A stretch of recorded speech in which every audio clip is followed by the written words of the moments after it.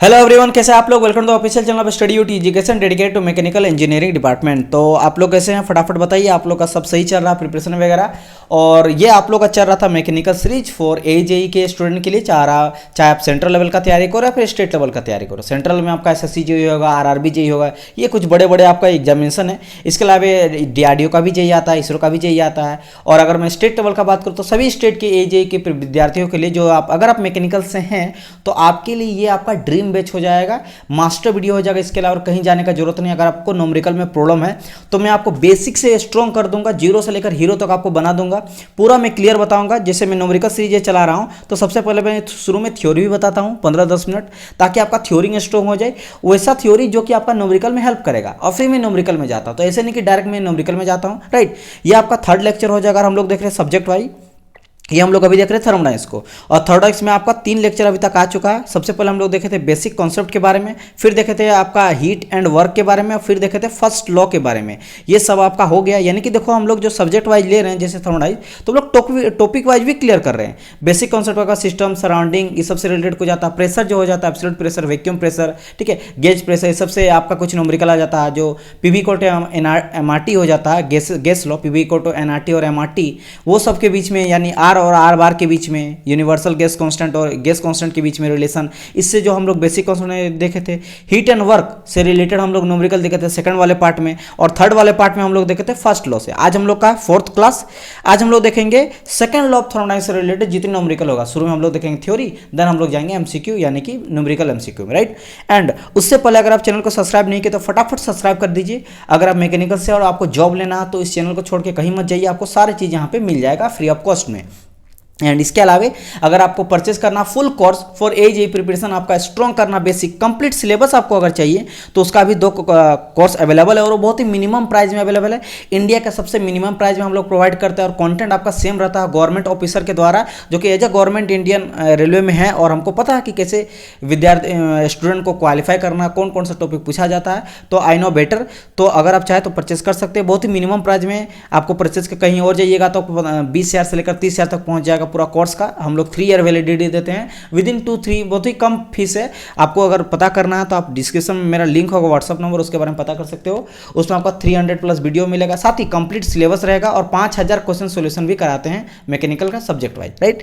तो ये हो गया 2 कोर्स चलता है, एक फाउंडेशन कोर्स है, एक प्लस कोर्स है, आप उसको परचेस कर सकते हो। चलिए हम लोग करते क्लास को फटाफट स्टार्ट।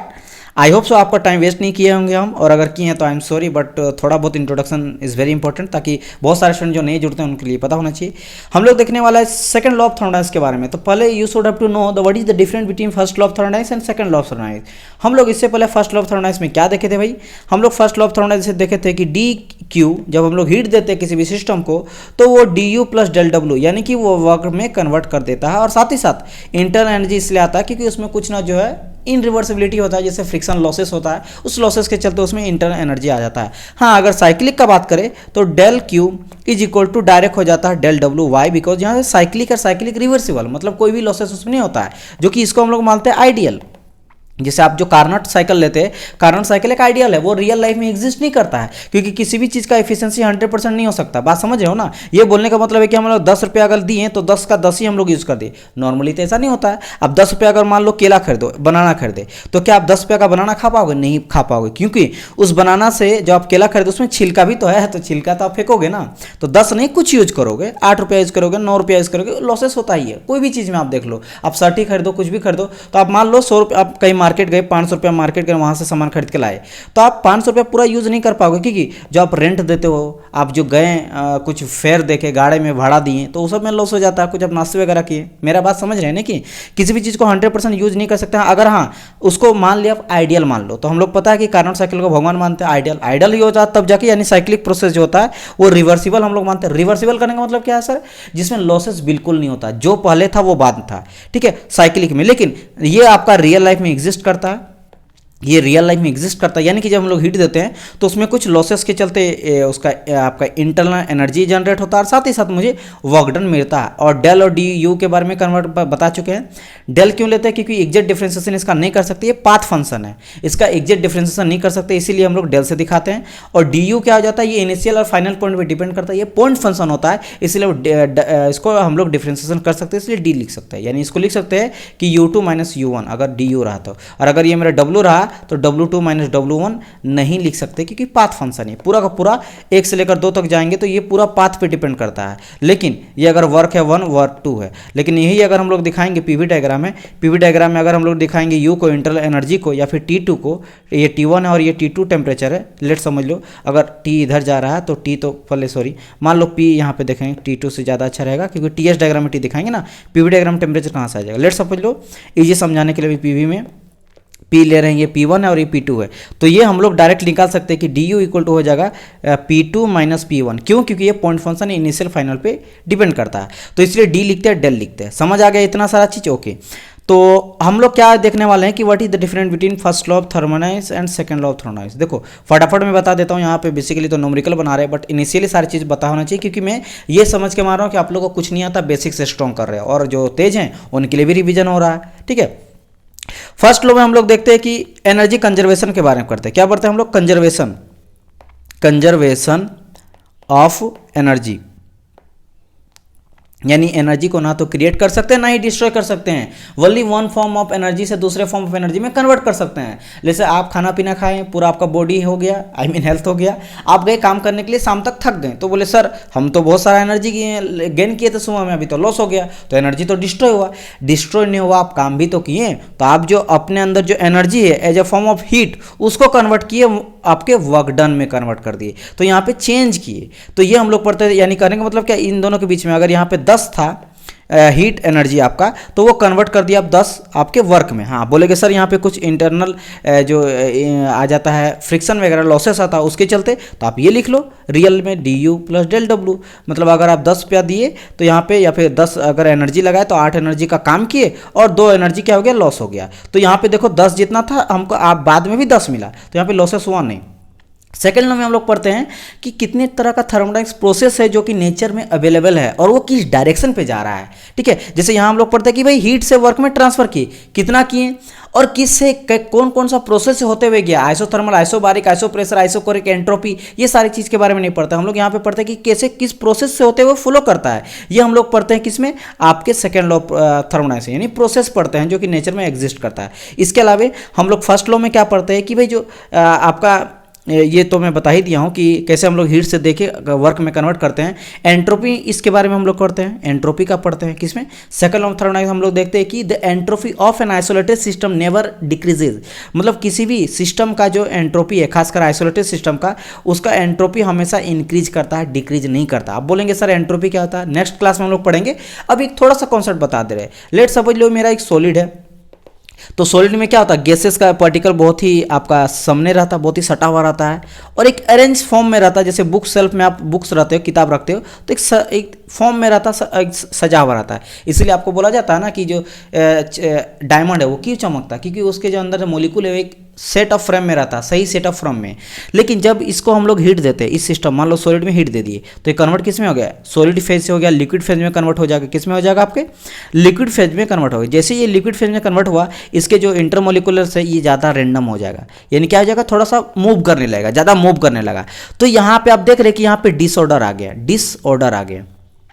तो इसी डिसऑर्डर को हम लोग करते हैं, स्टडी करते हैं with the help of entropy. तो एंट्रोपी इसी को कहते हैं, जो डिसऑर्डरनेस है, study of disorderness is called entropy. और डिसऑर्डर क्यों आ जाता है, जब उसको हम लोग हीट देते हैं। तो ये सिस्टम मान लेते हैं सॉलिड को, तो सिस्टम का जो एंट्रोपी है वो इंक्रीज भी हो सकता है जब हीट दिए, ये जब हीट इससे निकालेंगे तो डिक्रीज होगा। क्यों, मान लो डिसऑर्डर था ना, बहुत ज़्यादा मॉलिक्यूल डिसऑर्डर है, अब इससे हम लोग हीट को निकाल लिए, जिसमें हीट से ही जो ये बोलने लगा था ना, क्योंकि सॉलिड से लिक्विड किए, जब हीट इसमें हम लोग निकाल दिए तो कन्वर्ट फिर से हो गया किसमें, सॉलिड में। तो इसका क्या हो गया, एंट्रोपी अब घट गया। तो घट भी सकता है, बढ़ भी सकता है, कांस्टेंट भी रह सकता है। तो दिस इज कॉल्ड एंट्रोपी। तो हम लोग पढ़ते हैं एंट्रोपी के बारे में, कब किस में पढ़ते हैं, सेकंड लॉ ऑफ थर्मोडायनामिक्स पे। इसके अलावा हम लोग इसमें क्या पढ़ते हैं कि भाई जो आपका थर्मल इफिशियंसी हो जाता है किसी भी हीट इंजन का, उसका मैक्सिमम कैसे अचीव किया जाए।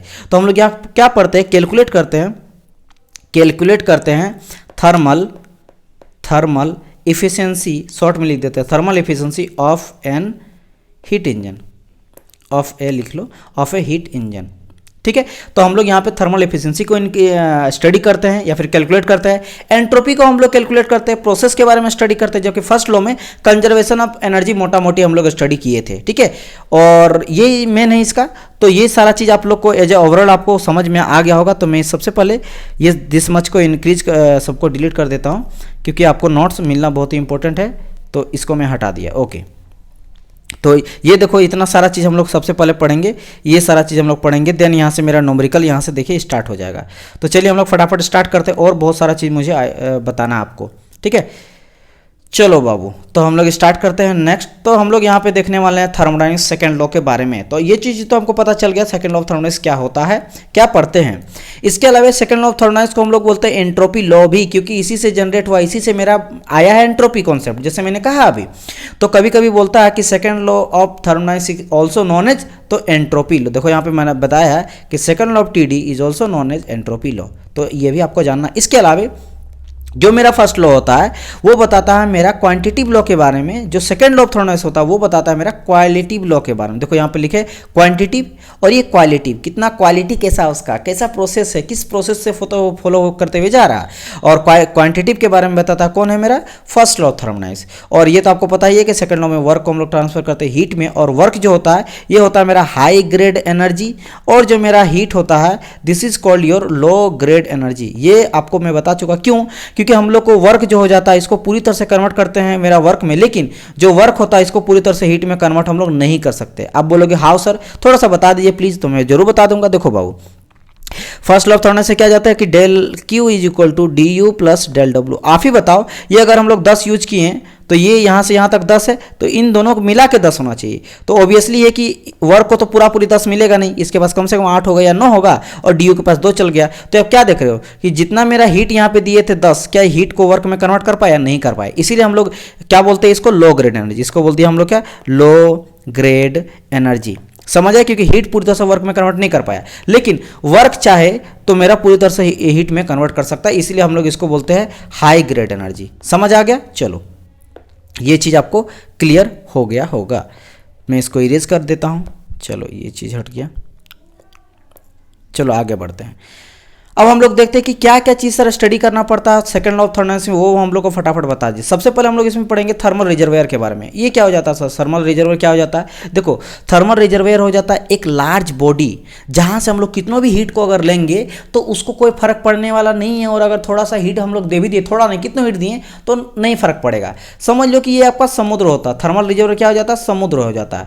तो इस समुद्र से आप मान लो कि समुद्र है, ठीक है, सी है, और इस सी से आप एक बाल्टी पानी निकालो, तो क्या इस समुद्र में कोई फर्क पड़ेगा? कोई फर्क नहीं पड़ेगा। एक बाल्टी, एक बकेट अगर पानी आप इसमें डाल भी दो तो ना तो इसमें कोई फर्क पड़ेगा डालने से और ना ही निकालने पे। सेम एज हो जाता तो मेरा थर्मल रिजर्वेयर। थर्मल रिजर्वेयर से ऐसा मेरा बॉडी है जहां से अगर कितनों मेरा हीट मेरा निकालते हैं तो वो किसी को कुछ नहीं फर्क पड़ता, ना डालेंगे तो भी फर्क पड़ता है। ठीक है, तो वही हम लोग यहाँ पे बोल रहा था, large body from which finite quantity of energy exit और एडेड, मतलब या तो उसे निकालो या फिर उसको डालो, उसको कोई फर्क पड़ने वाला नहीं है। ठीक है, यहाँ पे ई छूट गया है, एक्सट्रैक्टेड और added without changing its temperature, तो उसको कोई फर्क नहीं पड़ता है अगर उसको टेम्परेचर को हम लोग कांस्टेंट रखेंगे, यानी कि कांस्टेंट टेम्परेचर के फॉर्म में रखेंगे। ठीक है, तो कांस्टेंट टेम्परेचर के फॉर्म में रखेंगे तो उसको कोई फर्क नहीं पड़ता उसे हीट दे भी या नहीं भी। रिजर्वेयर मतलब समुद्र, राइट।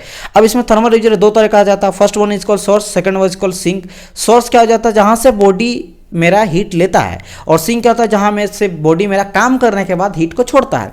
ये समझ लो, यहाँ पे आप लोग ये चीज़ पढ़ोगे अभी T1 टेम्परेचर से लेंगे सर हीट को, ये Q1 मेरा हीट लिए और लेने के बाद हम लोग यहाँ पे कोई इंजन है मेरा, यहाँ से हम लोग वर्क डन किए, और वर्क डन करने के बाद कुछ जो हीट है वो सिंक को यानी T2 टेम्परेचर को छोड़ देते हैं। ये मेरा क्या हो जाता है, सिंक हो जाता है। ठीक है, और ये क्या हो जाता है, मेरा सोर्स हो जाता है। सोर्स जहाँ से हम लोग हीट लिए और सिंक जहाँ से हीट को छोड़े काम करने के बाद। तो यहाँ पे वही चीज़ बोला गया, body at a higher temperature from the engine receive as a heat and lower temperature from the energy क्या करता है, रिजेक्ट करता है एज ए हीट। जहाँ पे एनर्जी, हीट क्या है मेरा, ये जो हीट फॉर्म ऑफ एनर्जी है, ENERGY एनर्जी, और ये भी क्या है मेरा एनर्जी है। एनर्जी Q1 एनर्जी है, Q2 एनर्जी है, ये मेरा रिजेक्ट कर दिया। और सिंक हमेशा क्या हो जाता है, लोअर टेम्परेचर होता है, और सोर्स हमेशा क्या हो जाता है, हायर टेम्परेचर होगा। ये भी आप लोग को हमेशा ध्यान में रखना पड़ेगा, राइट। तो ये सारा चीज़ आप लोग को ध्यान में रखना। चलो मैं यहाँ पे इसको भी इरेज कर देता हूँ, ठीक है, ये सारा चीज़ हट गया। तो हम लोग देख लिए कि भाई रिजर्वियर क्या हो जाता है और सिंक और ये क्या हो गया। अब हम लोग देखेंगे तीन चीज़ के बारे में। सबसे पहले हम लोग देखेंगे भाई हीट इंजन क्या हो जाता है, बहुत इंपॉर्टेंट आपके लिए। फिर हम लोग पढ़ेंगे रेफ्रिजरेटर क्या हो जाता है, रेफ्रिजरेटर। और फिर हम लोग पढ़ेंगे हीट पंप क्या हो जाता है। तीनों बहुत इंपॉर्टेंट है, ध्यान से देखना, ये बहुत इंपॉर्टेंट है। देखो सबसे पहले हीट इंजन का बात करते हैं। हीट इंजन क्या हो जाता है, तो एक लाइन पर अगर बोलेंगे ना तो ये एनर्जी को आपके वर्क में कन्वर्ट करता है। Energy as a form of heat, क्योंकि जैसे मैंने अभी जस्ट क्या कहा कि ये मेरा T1 टेम्परेचर है और T1 टेम्परेचर से Q1 लिए, तो Q1 क्या है, मेरा हीट है। तो हीट है सॉरी मतलब एनर्जी है, सॉरी Q1 क्या है, मेरा एनर्जी है, ये मेरा एनर्जी है। ओके सॉरी, मैं इसको फिर से इरेज करके लिखता हूँ, मुझे थोड़ा सा छोटा लिखना पड़ेगा। ये मान लो T1 टेम्परेचर है और यहाँ से हम लोग लिए Q1 जो कि आपका है एनर्जी, और ये हम लोग यहाँ पे इंजन है, मान लो हीट इंजन है, और यहाँ पे हम लोग वर्क डन किए, और वर्क डन करने के बाद ये Q2 हीट हम लोग किस में छोड़ दिए, T2 टेम्परेचर में। और ऑलवेज याद रखना यहाँ पे कि जो यहाँ पे T1 टेम्परेचर है वो बड़ा है T2 से, यानी कि ये जो है वो हायर टेम्परेचर है और ये मेरा जो है लोअर टेम्परेचर है, राइट। तो देखो अब यहाँ पे स्टेटमेंट पढ़ो, क्या बोल रहा है कि ये क्या करता है। देखो engine that convert energy into ही एज ए हीट। तो यहाँ पे जो एनर्जी लिए वो हीट इज लिए, किसको कन्वर्ट कर देता है, वर्क में। तो यहाँ से हीट लेके क्या हम लोग वर्क में तो कन्वर्ट किए हैं। अब बात करते हैं थोड़ा सा कि हीट कहाँ से लेता है और किसको छोड़ता है। तो it receive energy as a heat from higher temperature. तो देखो यहाँ पे क्या मैंने कहा कि हायर टेम्परेचर से हीट लिए, ठीक है, एनर्जी लेता है एज ए हीट कहाँ से, हायर टेम्परेचर, और convert part of it into work. तो वर्क में एक कन्वर्ट कर दिया, और वर्क कन्वर्ट में करने के बाद ये रिजेक्ट करता है रेस्ट हीट को, किसमें, लोअर टेम्परेचर में, या लोअर बॉडी में रेस्ट को हीट को कन्वर्ट कर देता है। तो this is called your simple heat engine. आप क्या देखें यहाँ पे, थोड़ा सा आप कोई अगर लड़का ध्यान नहीं देगा तो मैं आप लोग को याद करा देता हूँ कि मैंने क्या कहा था कि ये जो आपका है T1 टेम्परेचर वो हायर टेम्परेचर है और T2 क्या है, लोअर टेम्परेचर है। और आपको पता है कि नेचुरली ये फेनोमिना हो जाता है कि ऑलवेज हीट जो ट्रांसफर हो जाता है वो हायर टेम्परेचर से लोअर टेम्परेचर की ओर होता है। हायर टेम्परेचर से लोअर टेम्परेचर की ओर हमेशा क्या हो जाता है, आपका ट्रांसफर होता है, ठीक है। ट्रांसफर किसका, एनर्जी का ट्रांसफर हमेशा हायर टेम्परेचर से लोअर ट्रांसफर होता है। अब अगर आप नहीं समझोगे कि कैसे सर हमको प्रूव कर देके दिखाए, तो मैं आपको बताता हूँ। आप ठंडे के दिन में गए होंगे, ठंडे के दिन में मान लो ये लकड़ी वगैरह है, लकड़ी वगैरह से यहाँ पे आग लगा हुआ है, ठीक है, ये क्या लगा हुआ है, आपका आग लगा हुआ है। चलो मैं पेंटिंग मेरा बहुत ख़राब है, समझ लो ये फायर है, ये क्या है, मेरा फायर है। एक सेकेंड, ये मेरा फायर है, आग है, आग लगा। आप यहाँ पे खड़े हो गए, आपको बहुत ज़्यादा ठंडा लग रहा, तो आप खड़े होकर यहाँ पे देख रहे हो कि भाई चलो भाई थोड़ा गर्मी मिल जाए, ठीक है। अब आप ये चीज़ बताओ कि आपके अंदर भी तो कोई ना कोई तो टेम्परेचर था। ऐसा थोड़ा ना कि आप आग के पास गए तो आपके अंदर बॉडी में टेम्परेचर है ही नहीं, हीट है ही नहीं। हीट है तभी हम लोग जिंदा है, कुछ तो होगा ना, आगे बॉडी टेम्परेचर भी होगा, 37 डिग्री सेल्सियस भी होगा तो होगा, लेकिन इसका टेम्परेचर बहुत ज़्यादा होगा। मान लेते हैं ये 200 डिग्री सेल्सियस है या फिर 300 डिग्री सेल्सियस है, ऐसे कुछ डिग्री सेल्सियस है।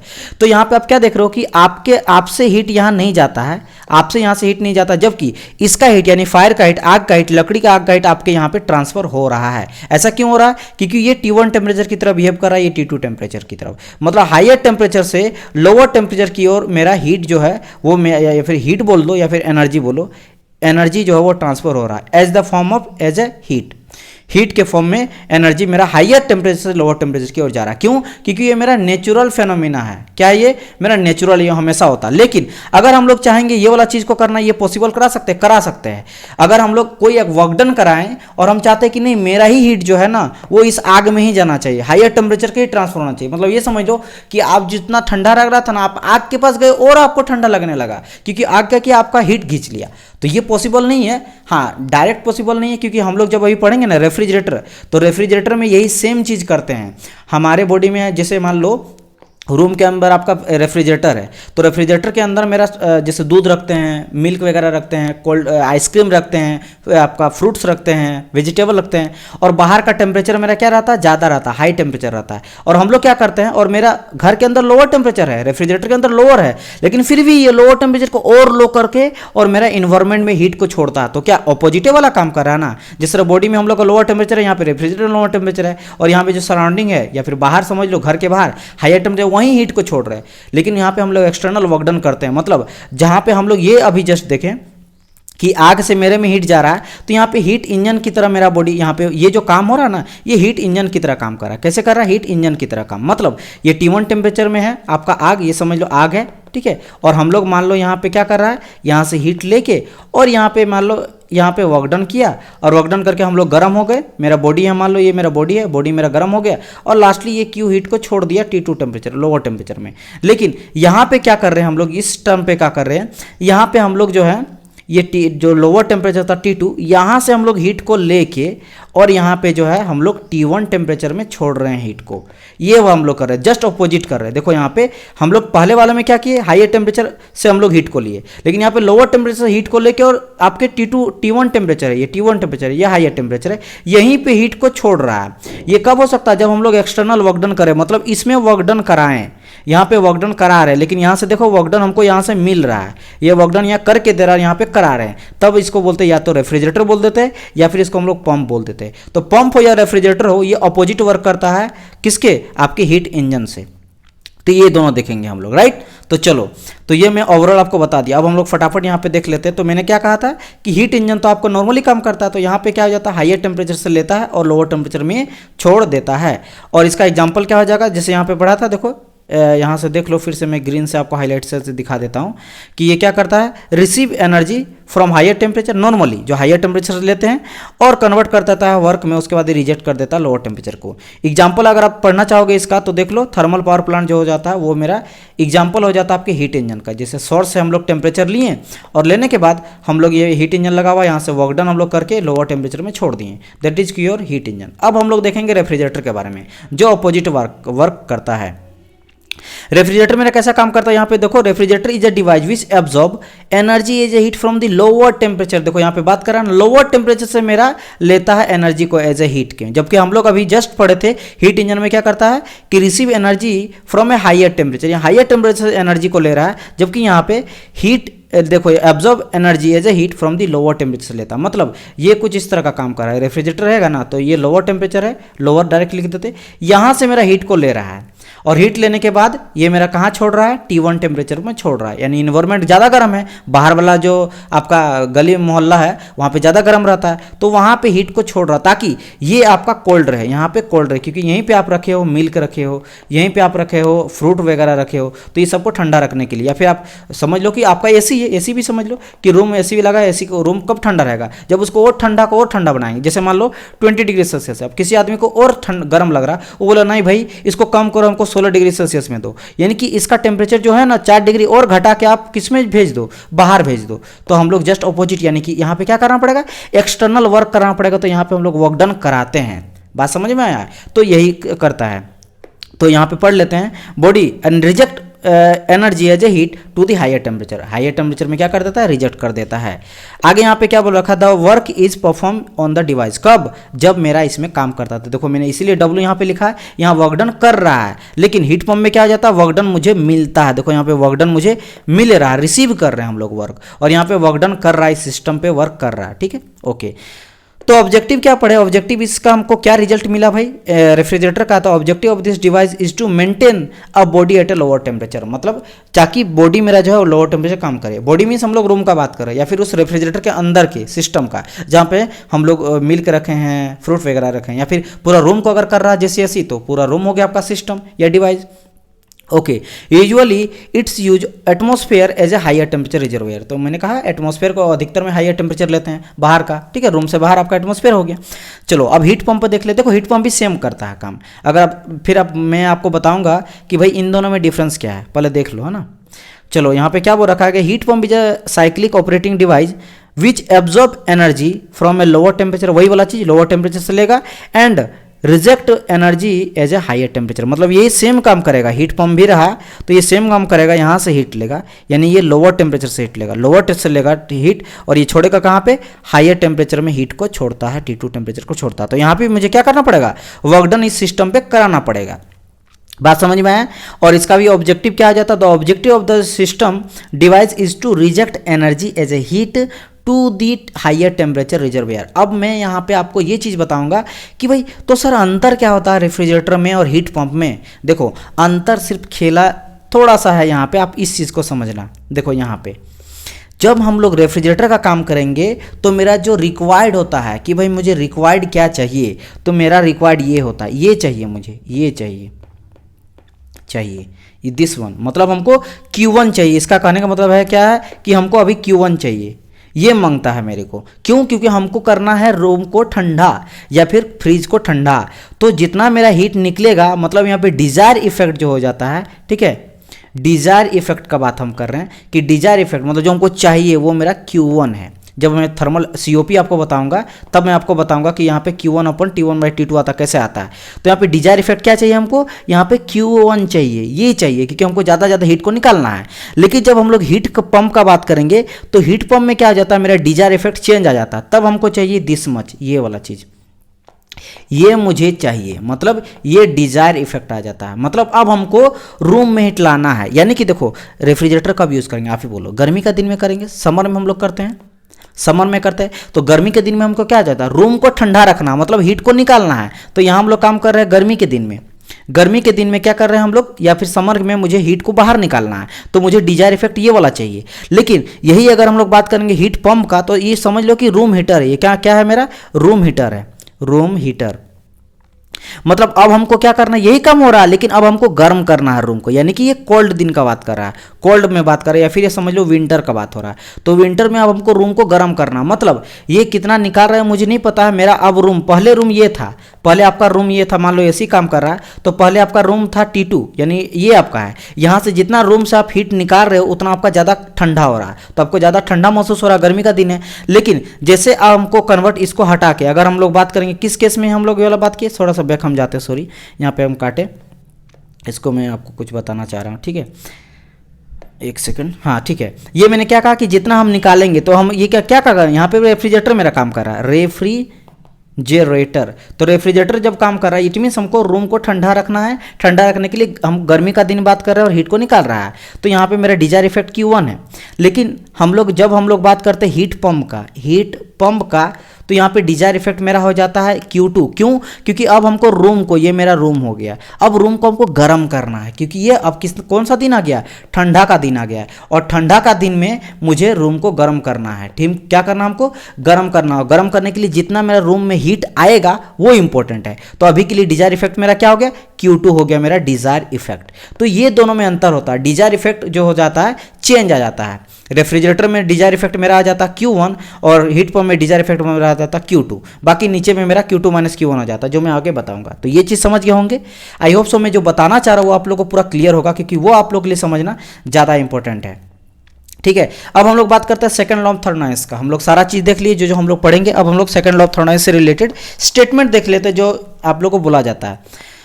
तो सेकंड लॉ ऑफ थर्मोडायनेमिक्स के स्टेटमेंट, दो स्टेटमेंट आपका दिया गया, आप लोगों को पता होना चाहिए, केल्विन प्लैंक स्टेटमेंट और एक आपका क्लोसियस स्टेटमेंट। तो पहले ये जान लो कि केल्विन प्लैंक स्टेटमेंट क्या बोलता है। ये बोलता है it is impossible to construct a device which produce work continuously without rejecting heat. मतलब ये देखो सिंपल सा लॉजिक ये बोल रहा है ना कि कोई भी ऐसा मशीन नहीं बना सकते जो सिर्फ क्या करे कि हीट को लेके और वर्क डन कर रहा, रिजेक्ट नहीं कर रहा। ये इसका करने का मतलब ये है, चलो मैं यहाँ डिवाइस बनाऊँ तो बनाने का कोई जरूरत नहीं है। देखो एक बार पढ़ा देते हैं क्या बोल रखा है कि it is impossible to construct a device which produce continuously without rejecting heat. Heat को रिजेक्ट किए बिना वर्क डन किए जा रहा है। मतलब ये वाला बोल रहा है कि यहाँ से हीट लिए T1 टेम्परेचर से, मान लो यहाँ से हम लिए Q1 हीट, और Q1 हीट लेके यहाँ पे वर्क डन कर रहे हैं और ये रिजेक्ट कर ही नहीं रहा है। मतलब ये जो हम लोग इस तरह Q2 करके रिजेक्ट करते हैं ना Q2 में, ये है ही नहीं, ये जीरो है, बात समझ में आया? यहाँ हम लोग रिजेक्ट ही नहीं कर रहे, तो ये ऐसा जो है इम्पॉसिबल है, ये हम लोग नहीं कर सकते, क्योंकि जब वो वर्क डन करता तो कुछ बच जाता, तो बचने के लिए वो रिलैक्सेशन के लिए कुछ तो करेगा ना, हीट को कहाँ रिजेक्ट करेगा? अगर रिजेक्ट नहीं करेगा तो वो ब्रेक डाउन कर जाएगा पूरा सिस्टम ही, इंजन ही नहीं काम करेगा। तो ये कर रहा, तो इसी को हम लोग बोलते हैं कि इस तरह का डिवाइस को बनाना इम्पॉसिबल है। तो यहाँ पे वही लिखे a device can't work with one reservoir, बात तो यही है।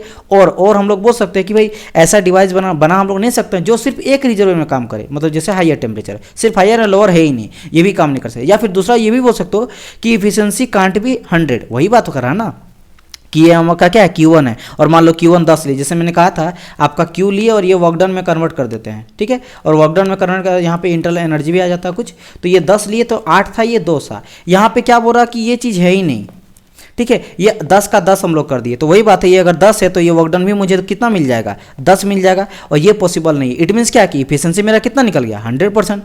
और 100% इफिशिएंसी किसी भी मशीन का नहीं हो सकता है, क्योंकि ये कब हो सकता है जब कार्नोट साइकिल लेंगे, जो भी क्या है इम्पॉसिबल है, इमेजिनरी साइकिल है, वो क्या मेरा इमेजिनरी है। और हम लोग कार्नोट को इसको लेके चलते हैं, आइडियल मानते हैं। मेरा बनने का मतलब जैसे आप अमिताभ बच्चन को मानते हो, आप बोलते हो कि मेरा बेटा अमिताभ बच्चन जैसा बने, कोई एक्टर अमिताभ बच्चन जैसा एक्टिंग करना चाहता है, कभी अमिताभ बच्चन जैसा एक्टिंग नहीं कर सकता, क्योंकि अमिताभ बच्चन तो सिर्फ एक है, लेकिन हाँ उसके आसपास वो भटकता है या फिर पहुंच जाता है कि चलो भाई अगर अमिताभ बच्चन को 100% मान लेंगे एक कार्नोट साइकिल जैसा, या फिर भगवान मान लो, है ना, या फिर अमिताभ बच्चन मान लो, भाई एक्टिंग की दुनिया में अमिताभ बच्चन को भगवान माना जाता है, लेट सपोज, है ना, तो उसका एक्टिंग स्किल जो माना जाए तो 100 है। तो कोई एक्टर जो यहाँ पे एक्टर जो स्ट्रगल कर रहा है कि हम उसका जैसा बनेंगे, तो 90% भी अगर बन गया तो वो कंपेयर करता है कि चलो उनसे हम 90%, मतलब 10% कम है, 90% हमको आ गया है, तो उसके कंपेरिजन में हम लोग कंपेयर करने के लिए आइडियल किसी को मानते हैं। उसी तरह इंजन वगैरह में हम लोग मानते हैं कार्नोट साइकिल का इंजन, मतलब कार्नोट साइकिल को आइडियल मानते हैं। तो इसका मतलब अगर यहाँ पे ये चीज़ नहीं रहेगा, यानी कि मैं सब चीज़ को पहले तो इरेज कर देता हूँ ताकि आपको जितना ये कन्फ्यूज़न है ये ना हो, ठीक है, ठीक है। हाँ, तो मैं यहाँ क्या बोल रहा था कि अगर इफिशिएंसी 100% हो जाएगा, 10 का 10 मिलने लगेगा, तो इफिशिएंसी तो यहाँ पे क्या हो गया, 100% हो गया, और ये तो पॉसिबल है ही नहीं। तो और भी हम लोग बोल सकते हैं कि इफिशिएंसी इज कांट 100%, बात समझ में आया? तो 3 चीज़ हम लोग बोल सकते हैं। पहली बात ये स्टेटमेंट था, इम्पॉसिबल हम लोग ऐसा डिवाइस नहीं कर सकते जो कि विदाउट हीट को रिजेक्ट किए बिना वर्क करे। दूसरा, कोई भी ऐसा डिवाइस नहीं बना सकता जो कि एक रिजर्व में काम करे, या फिर इफिशिएंसी इसका 100% नहीं हो सकता। तीनों का करने का मतलब एक ही है। और यहीं से मेरा आ जाता PPM2। हम लोग अभी मतलब देखो यहाँ पे perpetual motion machine of second kind है। इससे पहले हम लोग जब फर्स्ट लॉ आपको बताए थे उसमें बताए थे perpetual motion machine of first kind. First kind में क्या था कि machine deliver work without required any internal या फिर any internal resources from the surrounding, मतलब सराउंडिंग से लिए बिना वो वर्क को डिलीवर नहीं कर सकता। मतलब वहाँ हम लोग पढ़े थे ये बारे में DQ equal to DU plus del W, ये हम लोग लेंगे नहीं तो कहाँ से हमको वर्क मिलेगा। तो हम लोग बोले थे PPMF के, मतलब PPM, ठीक है, सॉरी PM होता, PPM हम लिख दिए, PMM फर्स्ट काइंड, PMMF के मतलब perpetual motion machine of first kind, जिसमें स्टेटमेंट में आपको रिवीजन फिर से बता देता हूँ, machine deliver work without required any मतलब interaction with surrounding, this is impossible, ठीक है। उसी तरह हम लोग यहाँ पढ़ेंगे PMM सेकंड काइंड में क्या बोलता है कि a perpetual motion machine of second kind is a device which absorb energy as a heat from single reservoir and deliver work continuously. मतलब सेम जो सेकेंड स्टेटमेंट बोलता है या मेरा केल्विन प्लैंक स्टेटमेंट, उसी का रेप्लिका है, वही ये भी बोलता है कि भाई सिंगल रिजर्वेयर में काम नहीं कर सकता है, इस तरह का मशीन को बनाना इम्पॉसिबल है। तो इसी को मेरा क्या बोलता है, सेकेंड लॉ ऑफ थर्मोडायनेमिक्स, यानी कि पहला स्टेटमेंट यानी केल्विन प्लैंक स्टेटमेंट। तो ये चीज़ समझ गए होंगे कि केल्विन प्लैंक स्टेटमेंट को ही हम लोग बोलते हैं PMM सेकेंड काइंड, ठीक है। या फिर कहीं बोलते हैं कि केल्विन प्लैंक स्टेटमेंट किससे रिलेटेड है, तो सेकेंड लॉ ऑफ थर्मोडायनेमिक्स से। ओके, अगर कोई बोल दे कि बताओ ए डिवाइस को हम लोग बना रहे हैं जो कि एक रिजर्व में ही बन रहा है, तो उसको किसको वायलेट करता है, तो ये वायलेट करता है आपके perpetual motion machine of second kind को, क्योंकि perpetual motion machine of second kind क्या बोलता है कि एक रिजर्वेयर से काम नहीं चलेगा, इस तरह नहीं बना सकते हैं। और सेकंड केल्विन प्लैंक स्टेटमेंट को भी वायलेट करता है, तो दोनों को बोल सकता है। वही हम यहाँ पे बता दिए, देखो यहाँ पे कि यहाँ पे TH हायर टेम्परेचर से हीट को लिए और लेने के वार्कडन करने के बाद यहाँ पे जो है QL आपका कुछ ना कुछ होना पड़ेगा, लेकिन अगर QL अगर 0 बोल दिया तो ये पॉसिबल मेरा नहीं है, यानी कि QL कांट भी 0, मेरा 0 नहीं हो सकता है। तो पहला स्टेटमेंट तो आपका ये हो गया। चलो अब सेकंड स्टेप में हम लोग पढ़ते हैं क्लोसियस स्टेटमेंट बोलता है। तो क्लोसियस स्टेटमेंट क्या बोलता है कि it is impossible to construct a device which operating between the two temperature limit, यहाँ तो टू टेम्परेचर का बात कर रहा है, and it transfer heat into lower temperature to higher temperature without consuming any work. अब देखो ये क्या बोल रहा है, जस्ट मैंने आपसे अभी बताया था कि अगर हमको ऐसा इंजन बनाना है जैसे ये, अब देख लो क्लोसियस स्टेटमेंट किस में लगता है, तो ये लगता है हीट पंप में और रेफ्रिजरेटर में। कुछ याद आ रहा है, मैंने हीट पंप और रेफ्रिजरेटर क्या बोला था, ये ऑपोजिट काम करता है हीट इंजन का, मतलब ये लोअर टेम्परेचर से हीट लेके बाहर निकालता है। अब बात समझ में आया? तो देखो यहाँ पे इस चीज़ को देखो, जब फिगर नहीं देखोगे तब तक समझ में आएगा नहीं। देखो ये मेरा लोअर टेम्परेचर से हीट लिया, क्योंकि मुझे क्या करना है, हीट ही को बाहर निकालना है। ये मेरा ठंडा है, ये मेरा एसी है, यानी रूम को हमको और ठंडा करना है, तो रूम का जो लोअर टेम्परेचर है उसको और निकालना और हायर टेम्परेचर में ही डालना, ऑपोजिट काम। तो यहाँ पे हम लोग एक्सटर्नल, देखो यहाँ पे वर्क डन किया जा रहा है, क्या कर रहा है एक्सटर्नल, यहाँ पे वर्क डन इस सिस्टम पे हम लोग कर रहे हैं, ठीक है। तो ये क्या बोल रहा था कि भाई टू अगर टेम्परेचर रहेगा, मान लो T1 हायर है, इन दोनों में अगर काम कर रहा है तो यहाँ पर without consuming any kind of work. तो बताओ ये ऐसा कोई हो सकता है क्या? आप ऐसा बोल सकते हो कि ये मेरा सर हायर टेम्परेचर है और ये मेरा सर लोअर टेम्परेचर है और ये मेरा मान लो एक डिवाइस है और ये हायर टेम्परेचर हम लोग हीट लेके और लोअर टेम्परेचर से हीट लेके और हायर टेम्परेचर हम लोग डाल दिए विदाउट कोई मशीन का यूज किए, वर्क डन किए, तो ऐसा तो इम्पॉसिबल है। यहाँ पे आपको ये वाला चीज़ देना ही पड़ेगा। ये चीज़ को ये बोल रहा कि हटा देंगे, ऐसा नॉर्मली हम लोग क्या किए, लोअर से हायर, मतलब करने का मतलब आप जो खड़े थे ना, आपका जो अंदर का हीट है यानी 37 डिग्री सेल्सियस है और ये मान लो आग है, आग का मान लो 300 डिग्री सेल्सियस, तो ये बोल रहा है क्या आपके अंदर का जो हीट है ना ये आग में चल गया। ऐसे तो इम्पॉसिबल है, आग से आ सकता है, हायर से लोअर आ सकता है, ये पॉसिबल हो सकता है, ये इम्पॉसिबल है। हाँ, ये कब पॉसिबल हो सकता है, आपका हीट कब आग में जाएगा, जब यहाँ पे वर्क डन हम लोग कराएंगे। तो ये बोला वर्क डन नहीं करा रहे हैं, मतलब work done is equal to 0 बोल रहा है, तो ये तो पॉसिबल नहीं है। तो बस ये यहाँ पे बोला गया है, समझ आए, यही हम यहाँ पे फिगर में दिखाए हैं, ठीक है। तो मैं सबसे पहले इसको मिटा देता हूँ, 1 मिनट, ठीक है। ये चीज़ हो गया। यहाँ पे इस चीज़ को मैं सॉरी इस चीज़ को मैं इरेज कर देता हूँ यहाँ पे, ताकि नोट्स आपका सही रहे। और ये मेरा यहाँ पे वर्क डन कर रहा था, ये सही हो गया, राइट।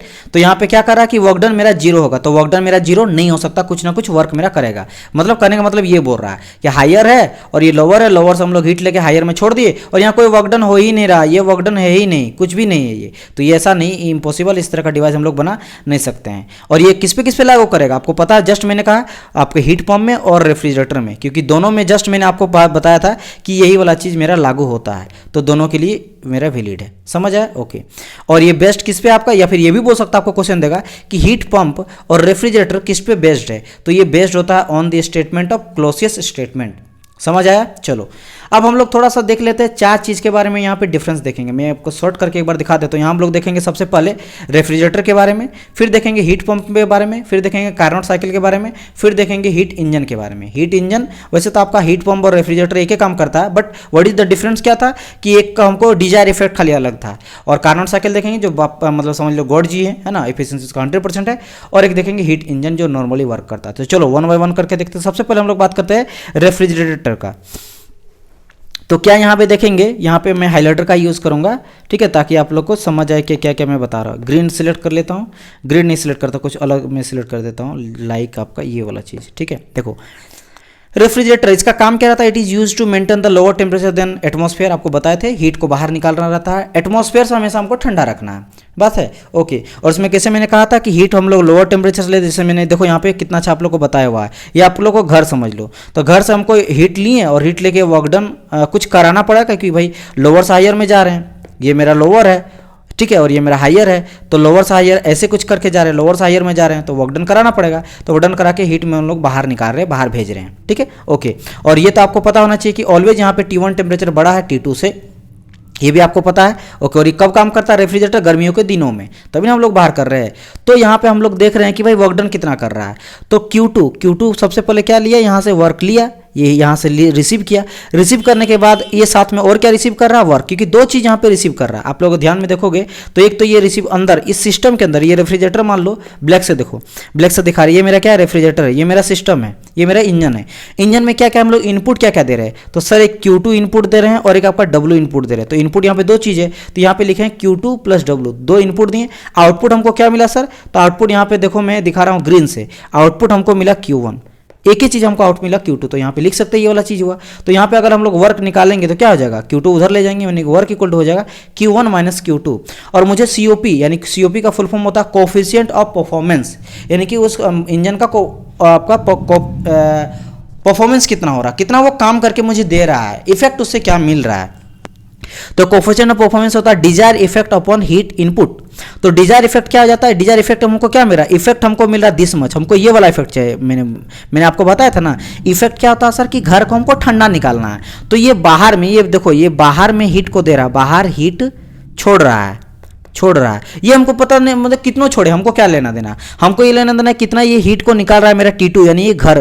तो T2 टेम्परेचर मेरा हीट कितना निकाल रहा है, ये इंपॉर्टेंट है। तो यहाँ पे डिजायर इफेक्ट क्या हो जाएगा, मेरा Q2 हो जाएगा। तो Q2 और वर्क इनपुट क्या है, देखो वर्क में हम लोग इनपुट निकाल जाए Q1 माइनस Q2, तो Q2 divide by Q1 minus Q2। तो यहाँ पे क्या निकल गया मेरा, COP निकल गया रेफ्रिजरेटर का Q2 divide by Q1 minus Q2। तो यहाँ पे लिख दिया ब्लैक से कि हीट निकालना ठंडा करना, ये मेरे लिए इंपॉर्टेंट है, यही मेरा, इसी को बोलते हैं मेरा डिजायर इफेक्ट। तो Q2 हो गया, यहाँ पे Q2 मेरा क्या था, डिजायर इफेक्ट था। यही इंपॉर्टेंट है किसके टर्न पे, रेफ्रिजरेटर के टर्न पे, याद रखना। अब हम लोग बात करते हैं हीट पंप के बारे में। जैसे मैंने कहा था ये हम लोग गर्मी के दिन में यूज करेंगे। अब हमको गर्म करना है रूम को। अब मेरा घर हो गया T1, मतलब हाईयर टेम्परेचर वाला घर है। और देखो ऑब्वियसली बात है, हम लोग अगर बात करेंगे गर्मी के दिन में, तो गर्मी के दिन में, सॉरी ये हम लोग बात कर रहे थे यहाँ पे गर्मी के दिन, ये ठंडा का दिन में काम कर रहा है, ये ठंडा, हाँ यहाँ लिखे हम ठंडा का दिन में। ठंडा के दिन में मेरा रूम ऐसा नहीं कि ठंडा नहीं रहता, मतलब गर्म थोड़ा बहुत तो रहता ही है, और बाहर का भी टेम्परेचर वही रहता है। तो अब हमको ये घर बना दे, जस्ट अपोजिट घुमा देते कि भाई कितना हीट आ रहा वो इंपॉर्टेंट है। ये हम लोग मान लो इन्वायरमेंट है, इन्वायरमेंट से कितना हीट ले रहा वो हमको मतलब नहीं है। Q2 मेरा डिजायर इफेक्ट नहीं है। ये हीट इंजन में काम करने के बाद मुझे मेरे घर तक कितना हीट पहुंच रहा है, कितना हीट मेरे अंदर आ रहा है, ताकि मेरा रूम कितना गर्म हो रहा है, तभी ना हम रूम हीटर का यूज़ करेंगे, वो मेरे लिए इंपॉर्टेंट है। तो इसी तरह यहाँ भी देखो सिस्टम के अंदर ये हीट पंप अब मेरा सिस्टम हो गया, ये इंजन हो गया, इसमें क्या क्या इनपुट दे रहे हैं, तो Q2 इनपुट दे रहे हैं जो से हीट जा रहा है, और इसमें वर्क डन करा रहा है। क्यों, क्योंकि फिर से वही करा रहे हैं, लोअर टेम्परेचर से हाईयर टेम्परेचर की ओर जा रहे हैं, अपोजिट करा रहे हैं। ठीक है, तो यहां पे फिर से हम लोग क्या देखेंगे, इनपुट क्या क्या दिए, तो इनपुट हम लोग दिए आपका दिए Q2 और प्लस W, देखो यहाँ Q2 दिए और W दिए, और हमको मिला क्या, मिला यहाँ पे Q1 मिला, ग्रीन से देखो Q1 हमको मिल रहा था, Q1 मिल रहा है। तो फिर से यहाँ वर्कडन निकालेंगे Q1 माइनस Q2, दोनों का सेम रहता है, वर्कडन इसका भी रहता है Q1 माइनस Q2, इसका भी रहता है Q1 माइनस Q2। अंतर क्या रहता है, COP जैसे मैंने कहा डिजायर इफेक्ट अपन हीट इनपुट, तो डिजायर इफेक्ट अब मेरा हो गया गर्म करना, रूम को गर्म करना, और इसमें क्या था मेरा कि रूम से कितना हीट निकल रहा है। ठीक है, मेरे इन्वायरमेंट को, ये इन्वायरमेंट को कितना गर्म करा हमको कोई मतलब नहीं, लेकिन अब हम लोग को T1 को घर बना लिए, यहाँ हमको कितना चाहिए, मतलब बाहर में रहने लगे, लब समझ लो। तो अब यहाँ पे डिजायर इफेक्ट मेरा Q1 हो गया, तो Q1 डिवाइड में Q1 माइनस Q2। तो मेरा रेफ्रिजरेटर जब हीट पंप का निकालते हैं तो क्या निकल जाता है मेरा, ये वाला निकल जाता है। ठीक है, ये निकल जाता है, क्या निकल जाता है आपका, COP of heat pump equal to Q1 divide by Q1 minus Q2, coefficient of performance. और यहाँ पे एक रिलेशन आ जाता है, मेरा COP ऑफ हीट पंप जब निकालते हैं तो मेरा रेफ्रिजरेटर का +1 हो जाता है, यानी COP of heat pump is equal to COP of refrigeration +1। या फिर दूसरे टर्म पे ये भी आपका आ जाता है कि COP of heat pump is equal to 1 upon efficiency of heat engine, मतलब जो भी मेरा हीट इंजन का इफिशियंसी हो जाता है वो 1 बाय रेसिप्रोकल हो जाता है किसके, आपके हीट पंप के। तो ये भी याद रखना है, दोनों स्टार लगा दिए बिकॉज बहुत सारे इंपॉर्टेंट, और यहाँ से आपको 100% जो है आपका क्वेश्चन में एग्जाम में पूछा जाएगा। ठीक है, ये चीज हो गया। और आपको ये मैं पहले बता दिया कि इफिशिएंसी बेसिकली होता क्या है, ही आउटपुट डिवाइड बाय इनपुट, और कोफिशिएंट ऑफ परफॉर्मेंस क्या होता है, desire effect divide by heat input. क्योंकि बहुत सारे बच्चे को ये भी कंफ्यूजन होता है कि what is the difference between efficiency and आपका COP, कोफिशिएंट ऑफ परफॉर्मेंस के बीच में डिफरेंस क्या आ जाता है। तो वो अंतर कुछ नहीं हो जाता, सिंपल अंतर ये हो जाता है, जब हम लोग इफिशिएंसी निकालते हैं तो ऊपर में लिखते हैं आउटपुट और नीचे में लिखते हैं इनपुट, मतलब आउटपुट क्या है और इनपुट क्या है। हम लोग इनपुट कितना दिया और मुझे आउटपुट कितना मिला। लेकिन जब हम लोग कोफिशिएंट ऑफ परफॉर्मेंस निकालते हैं तो उसमें हम लोग निकालते हैं कि desire effect upon work input, कितना मुझे, दोनों में इनपुट देते हैं। देखो यहाँ भी हम लोग इनपुट दिए, यहाँ भी इनपुट लिए, लेकिन यहाँ पे मुझे आउटपुट मुझे पता चलता है, यहाँ पे डिजायर इफेक्ट। तो यही दोनों में अंतर होता है। ठीक है, ओके, यहाँ पे और एक चीज़ देख लो। और मुझे जब हम लोग बात करते हैं ना कार्नोट साइकिल का, ठीक है। कार्नोट रेफ्रिजरेटर का बात करते हैं तो आपको याद रखना कि जो अगर नॉर्मली हम लोग देंगे आइडियल टेम्परेचर लेते हैं तो heat is the form of temperature only, heat is the function of temperature only. तो हम लोग लिख सकते हैं कि Q इक्वल टू T या फिर Q1 इक्वल टू T1 और Q2 इक्वल टू T2। तो हम लोग ये भी लिख सकते हैं कि coefficient of refrigeration equal to Q2 divide by Q1 minus Q2 आया था, इसको T2 के फॉर्म में भी लिख सकते हैं और T1 के फॉर्म में भी लिख सकते हैं। तो इसको आप लोग डायरेक्ट कर सकते हो ये वाला चीज़ इस फॉर्म में, ठीक है। COP of refrigeration is equal to Q2 divide by Q1 minus Q2 is equal to T2 divide by T1 minus T2। या फिर COP of refrigeration equal to Q2 क्या है मेरा लोअर टेम्परेचर, Q1 क्या हमें हमेशा बताया कि T1 जो है वो ग्रेटर देन है T2, क्या है T1 temperature is greater than T2 और यहाँ पे T1 टेम्परेचर क्या है मेरा हाइयर टेम्परेचर है और T2 क्या है मेरा लोअर टेम्परेचर है। तो आप इसको ये भी लिख सकते हो कि भाई QL देखो यहाँ लिखे QL divide by QH minus QL is equal to QL divide by QH minus QL, higher minus lower वही बात है। और ये भी आप लिख सकते हो कि COP of refrigeration is equal to 1 minus coefficient of Carnot cycle divide by coefficient of Carnot cycle, ठीक है। ये भी याद रखना, तीनों इंपॉर्टेंट है इसका। और क्योंकि इफिशियंसी मुझे क्या पता है Q1 माइनस Q2, ये कार्नोट साइकिल में अभी बताऊंगा, ये इफिशियंसी हो जाता है कार्नोट साइकिल का। चलो तो हम लोग देख लिए यहाँ पे हीट पंप के बारे में और रेफ्रिजरेटर के बारे में। आप चाहे तो इसको स्क्रीनशॉट ले सकते हो, थोड़ा क्वालिटी हाई कर लीजिए अगर दिखाई ना दे तो, ठीक है। ये टोटल आ गया यहाँ का इतना, ओके। अब हम लोग बात करेंगे कार्नोट के बारे में। कार्नोट थोड़ा देख लेते हैं। कार्नोट क्या हो जाता है हाइपोथेटिकल इंजन हो जाता है, जैसे मैंने यहाँ पे लिखा हाइपोथेटिकल मतलब ये इमेजिनरी है और ये रिवर्सिबल है। रिवर्सिबल मतलब करने का मतलब क्या, जहाँ पे लॉसेस नहीं होता है, एकदम 100% जो हम 100% लगाएं वही 100 मेरा रिकवरी हो गई, इनपुट भी 100 आउटपुट भी 100। और हाइपोथेटिकल मतलब रियल लाइफ में ये एग्जिस्ट नहीं कर सकता इस तरह का इंजन। तो इसमें हम लोग क्या देखते हैं कि मान लो ये T1 टेम्परेचर मेरा है, यहाँ से हम हीट को लिए, ये वर्क डन मेरा किया। ये basically Carnot cycle heat engine की तरह होता है, रियल वाला होता है, ये एकदम सेम रद्द होना रहता है। जिस तरह आपका heat pump and refrigerator both are similar, उसी तरह रेफ्रिजरेटर मतलब Carnot cycle and heat engine और रेप्लिका मतलब एक जैसा मिरर इमेज। बट अंतर ये है कि हीट इंजन मेरा रियल हो जाता है, ये क्या मेरा रियल है, दिस वन इज में रियल और ये दिस वन इज में इमेजिनरी यानी हाइपोथेटिकल, ठीक है। तो बस हम लोग इफिशियंसी निकालते हैं। तो भाई इफिशियंसी क्या हो जाता है, इफिशियंसी हम निकालेंगे कि क्या मुझे यहाँ पे देखो मैंने जस्ट इफिशियंसी आप लोगों को क्या बताया था कि इफिशियंसी आपका होता है आउटपुट अपॉन इनपुट। तो आउटपुट मुझे यहाँ पे कितना मिल रहा है, तो यहाँ पे हम लोग देख रहे हैं आउटपुट। तो आउटपुट देखो यहाँ पे इनपुट क्या क्या दिए, देखो ग्रीन से दिखा रहे इनपुट हम दिए, सॉरी ग्रीन से दिखा रहे, ग्रीन से इनपुट हम लोग दिए Q1 इनपुट दिए और आउटपुट क्या क्या मिला मेरा वर्क आउटपुट मिला और Q2 आउटपुट मिला। तो यहाँ पे आउटपुट क्या क्या है मेरा वर्क आउटपुट है और प्लस Q2 आउटपुट है, ये दोनों मेरा आउटपुट है। बात समझ में आया कि नहीं, है ना। और यहाँ पे इनपुट मेरा क्या हो रहा है Q1 मेरा इनपुट है, तो ये मेरा इनपुट है और मेरा ये क्या है आउटपुट है। तो एफिशिएंसी जब हम लोग इसका निकालने हैं तो हो जाता है मेरा Q1 माइनस Q2, क्योंकि यहाँ से देखो हम लोग क्या लिख सकते हैं, इस फॉर्म को हम बना के, वैसे एक सेकंड यहीं पे मैं दिखा रहा हूँ, इसको पहले मैं इरोज कर देता हूँ 1 मिनट। हाँ ग्रीन ब्लैक से मैं दिखा रहा हूँ, यहाँ पे देखो यहाँ से क्या हुआ Q1 इनपुट हुआ इज इक्वल टू मेरा सॉरी और W भी आउटपुट हो रहा है, सॉरी यहाँ पे आउटपुट हो रहा है, सिर्फ मेरा Q1 इनपुट हो रहा है और आउटपुट मेरा क्या हो रहा है W प्लस Q2। ये मेरा क्या हो गया, ये जो मिला ये मेरा आउटपुट है, आउटपुट यहाँ पे है OUTPUT और ये मेरा जो है इनपुट है। तो यहाँ पे वर्क डन क्या हो जाएगा, वर्क डन इक्वल टू हो जाएगा Q1 माइनस Q2। और मुझे क्या पता है कि इफिशियंसी इक्वल टू क्या हो जाता है सर, इफिशियंसी इक्वल टू हो जाता है आउटपुट, ठीक है, आउटपुट डिवाइड बाई इनपुट।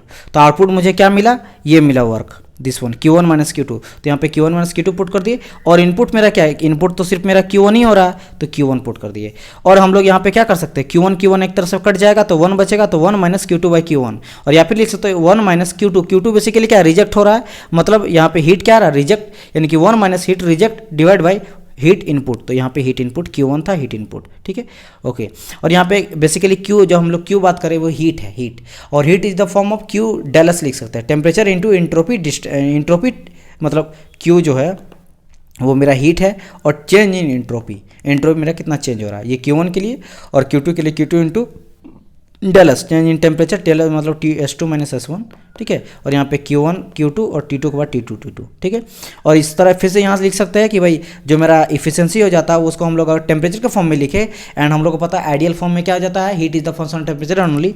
तो 1 minus Q2 by Q1 equal to 1 minus T2 by T1, ठीक है। ये चीज़ भी आपका हो गया। यहाँ पे हम लिख दिए, देखो ध्यान से, यहाँ पे मैंने क्या लिखा हुआ है कि भाई Q1 equal Q2 by Q1 is equal to T2 by T1। क्यों, क्योंकि Carnot Carnot cycle efficiency is depend on the source and sink, क्यों नहीं मतलब बता रहे हैं कि Carnot cycle efficiency is depend on source and sink temperature. ये क्वेश्चन में आ जाता है कि कार्नोट साइकिल जो है वो किस पे डिपेंड करता है, तो सोर्स में और सिंक टेम्परेचर में। क्योंकि देखो यहाँ पे 1 माइनस T2/T1 भी तो इसको लिख सकते हैं, तो ये मेरा T1 T2 क्या आपका लोअर टेम्परेचर है यानी सिंक टेम्परेचर है, और T1 क्या मेरा हायर टेम्परेचर है सोर्स टेम्परेचर है। और हम लोग बोल सकते हैं कि Carnot efficiency depend on temperature limit only, तो ये भी हम लोग बोल सकते हैं। और एक क्वेश्चन यहाँ से बहुत ही VBI आ जाता है, ये वाला चीज़ मैं बता रहा हूँ आपको। देखो स्टार लगा के आपको बोला जाता है कि बताओ मेरा इफिशियंसी कार्नोट साइकिल का कब बढ़ाएगा, किस टेम्परेचर को घटाने से बढ़ाने से। तो जब हम लोग T2 टेम्परेचर को यहाँ पे घटाते हैं तो मेरा इफिशियंसी बढ़ता है, और अगर T1 टेम्परेचर को हम लोग बढ़ाएंगे तो इफिशियंसी बढ़ता है। मतलब अगर T1 टेम्परेचर को बढ़ाएंगे या फिर T2 टेम्परेचर को बढ़ाएंगे, इस केस मेरा इफिशियंसी जो है वो थर्मल इफिशियंसी बढ़ता है, किसका, कार्नोट साइकिल का। क्योंकि हम लोग यहाँ पे किसका पढ़ रहे हैं, कार्नोट साइकिल का पढ़ रहे हैं। बात समझ में आए। चलो अब हम लोग बात करते हैं हीट इंजन का, जो कि रियल होता है। सबसे पहले मुझे ये बताना चाहिए था, बट कोई नहीं, मैं बहुत प्रोसेस से चल रहा था क्योंकि मैं 1 बाय 1 करके बता रहा था, ठीक है। इसमें भी वही बात है, ये आपका सोर्स रहता है T1 टेम्परेचर, T2 क्या रहता है, सिंक रहता है, लोअर टेम्परेचर रहता है। यहाँ से हीट सप्लाइड, मतलब यहाँ पे हीट सप्लाइड किस में, इंजन में। ये आपका इंजन है ना, इंजन, ठीक है, ये आपका क्या इंजन है, हीट इंजन है। तो हीट इंजन हम लोग की हीट सप्लाई क्या दिए, Q1 दिए, और रिजेक्ट वर्क डन करके मेरा Q2 क्या करते हैं, रिजेक्ट कर दिया। और मुझे पता है कि साइक्लिक फॉर्म दे, क्योंकि ये साइक्लिक फॉर्म है, तो साइक्लिक फॉर्म में क्या आता है कि total heat change is equal to total work change. तो यहाँ पे टोटल हीट चेंज कितना हो रहा है, Q1 minus Q2 equal to work done. क्योंकि यहाँ पे इनपुट यहाँ पे भी वही निकालेंगे, सेम फॉर्म में निकालेंगे कि वर्क। देखो यहाँ पे इनपुट क्या हो रहा है, ये मान लो T1 था, यहाँ पे तो बोल ही रहा है, तो यहाँ पे वर्क अगर निकालेंगे, वर्क मत निकालो, मैं आपको समझा रहा हूँ कि यहाँ पे इनपुट क्या हो रहा है, मेरा Q1 हो रहा है इनपुट, और आउटपुट क्या हो रहा है, Q1 मेरा इनपुट हो रहा है, आउटपुट क्या रहा है, एक तो वर्क डन मेरा आउटपुट हो रहा है, और Q2 तो प्लस Q2, तो यहाँ पे वर्क क्या हो जाएगा, Q1 माइनस Q2। बात यही है, Q1 माइनस Q2। देखो यहाँ पे वर्क के लिए क्या लिखे, Q1 माइनस Q2। तो ये करने का मतलब है, यहाँ पे मैं इसको हटा दिया हूँ, ठीक है, क्योंकि इतना लेंदी अगर लिख दूंगा तो ये सारा चीज़ तो आपको आता है। तो यहाँ से हम लोग बोल सकते हैं कि वो work done equal to Q1 minus Q2, और Q1 is equal to Q2 plus work done, क्योंकि ये आपका नेगेटिव था, उधर जाएगा तो पॉजिटिव आ जाएगा।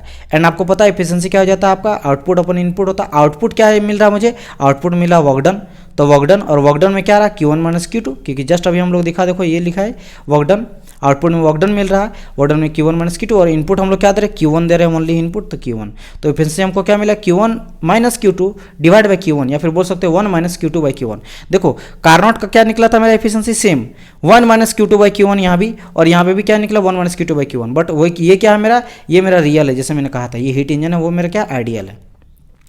और अगर हम लोग बात करेंगे हीट इंजन में 2 साइक्लिक प्रोसेस जाता है, 3 मतलब 4 रहता है, 2 आपका रिवर्सिबल एडियाबेटिक रहता है, और आइसोथर्मल प्रोसेस होता है। और हमेशा ये चीज़ याद रखना, बहुत इंपॉर्टेंट, आपसे क्वेश्चन पूछेगा कि एडियाबेटिक प्रोसेस जो रहता है वो फास्ट प्रोसेस होता है या स्लो प्रोसेस होता है। ये बहुत ही स्लो होता है। एडियाबेटिक जब हम लोग हीट मतलब सिस्टम में हीट को इनपुट कराते हैं, सिस्टम में हीट देते हैं, तो वो बहुत ही फास्ट प्रोसेस होता है, फट से ले लेता है। लेकिन जो आइसोथर्मल प्रोसेस होता है, आइसोथर्मल हीट कॉन्स्टेंट रहता है, ठीक है, उस प्रोसेस जो होता है वो बहुत ही स्लो प्रोसेस होता है। तो कुछ इस तरह से जाता है, 1 to 2 हो जाता है एडियाबेटिक प्रोसेस हो जाता है। वहीं अगर 3 to 4 बात करेंगे, ये दोनों का दोनों एडियाबेटिक प्रोसेस है, और ये दोनों का दोनों जो है ये आपका क्या है, आपका आइसोथर्मल प्रोसेस होता है। ये दोनों आइसोथर्मल है, आइसोथर्मल, और ये दोनों जो है आपका एडियाबेटिक है। ठीक है, बात समझ में आ रहा है।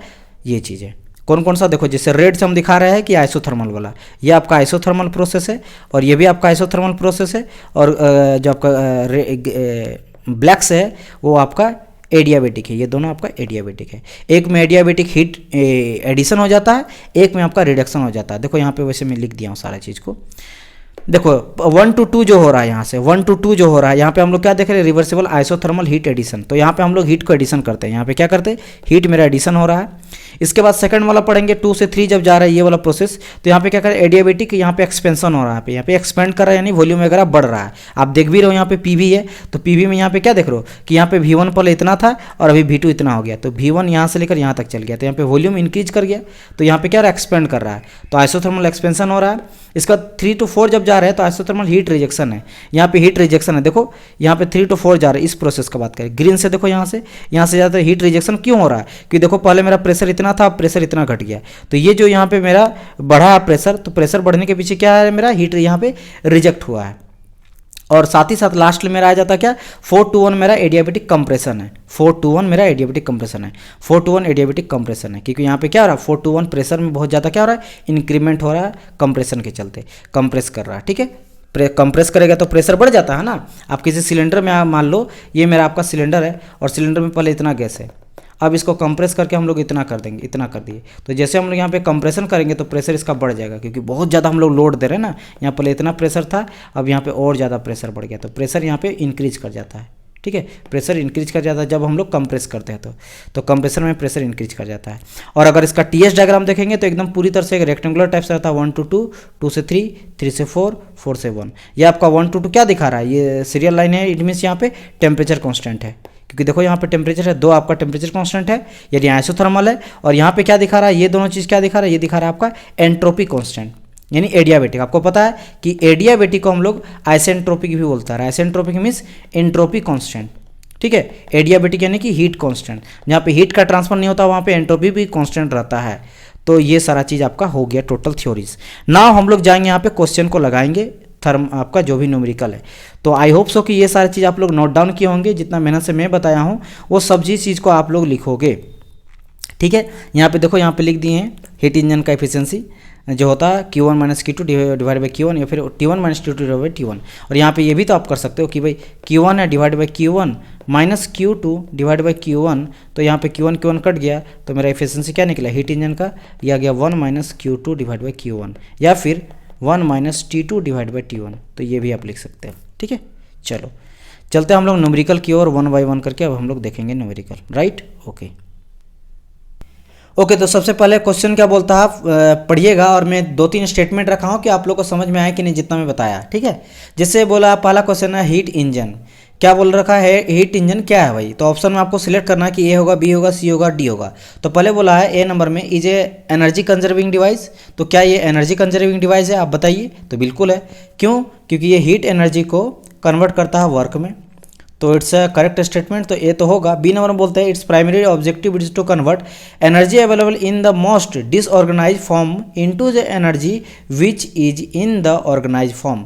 तो ये स्टेटमेंट बिल्कुल सही है, तो बिल्कुल सही है, क्योंकि भाई डिसऑर्गेनाइज में रहता हीट, पहले उसको वर्क में एक ऑर्गेनाइज में, मतलब उसका पहले भाई हीट जो रहता है, जैसे T1 टेम्परेचर से हम लोग हीट जो लेते हैं वो किसी फॉर्म में रहता है, ऐसा थोड़ा ना कि उसका कुछ यूज होता है, लेकिन उसको हम लोग एक ऑर्गेनाइज फॉर्म, मतलब उसका एक सही यूज करते हैं, उसका प्रयोग करते हैं, मशीन चलाते हैं, कुछ और हीट को रूम को गर्म करते हैं या फिर कुछ भी काम करते हैं, तो एक ऑर्गेनाइज फॉर्म में लाते हैं। तो ये भी आपका सही बोल रहा है। सी नंबर बोल रहा है it's operate on A cycle, तो भाई साइकिल में तो ऑपरेट करता ही करता है। फिर बोला कन्वर्ट वर्क इनटू हीट, नहीं ये गलत बोला है। हीट को वर्क में हम लोग कन्वर्ट करते हैं ना, कि क्यू को करते हैं हम लोग DU प्लस डेल डब्ल्यू में, या फिर वर्क को करते हैं हम लोग नॉर्मली, अब फर्स्ट लॉ में मत देखो, सेकंड लॉ का बात कर रहे हैं हम लोग। तो हीट को किस में कन्वर्ट करते हैं, वर्क में कन्वर्ट करते हैं। यहाँ से T1 टेम्परेचर से हीट को लिए, और उसका मान लो ये आपका इंजन है, तो इंजन से क्या करते हैं, हीट इंजन से हम लोग वर्क डन करते हैं और ये हीट को निकाल देते हैं T1 से। तो हम लोग क्या किए, यहाँ पे पहले हीट लिए और हीट को किस में कन्वर्ट किए, हीट लेने के बाद वर्क में कन्वर्ट किए। तो यहाँ पे वर्क इंटू हीट बोला, तो ये तो नहीं होगा, ठीक है। तो स्टेटमेंट मेरा, क्योंकि हीट इंजन का बात किया, रेफ्रिजरेटर पंप का बात करता तो बात अलग था। तो ये आपका A, B और C इसका सही है, A, B और सही। तो आपको भी क्या ये आपको लगा कि ये सही है, अगर कमेंट कीजिएगा अगर आपको सेम लगा तो, क्योंकि इतना तो आपको आइडिया होना चाहिए इतना पढ़ाने के बाद। सेकंड नंबर क्वेश्चन क्या बोल रहा है, हीट पंप का बात कर रहा है। चलो अब हीट पंप का बात क्या कर रहा है, हीट पंप में पहला स्टेटमेंट बोला है is a not cyclic operating device. तो भाई ये साइक्लिक ऑपरेटिंग डिवाइस तो है, तो पहले तो गलत हो गया। फिर बोला है delivered some work, that is work जो रहेगा वो 0 से मेरा ज़्यादा रहेगा, तो ये तो गलत हो गया, क्योंकि वर्क डन जो होता है ऑन द सिस्टम हो जाता है, और ऑन द सिस्टम हो जाता है वर्क मेरा हो जाता है नेगेटिव, ठीक है।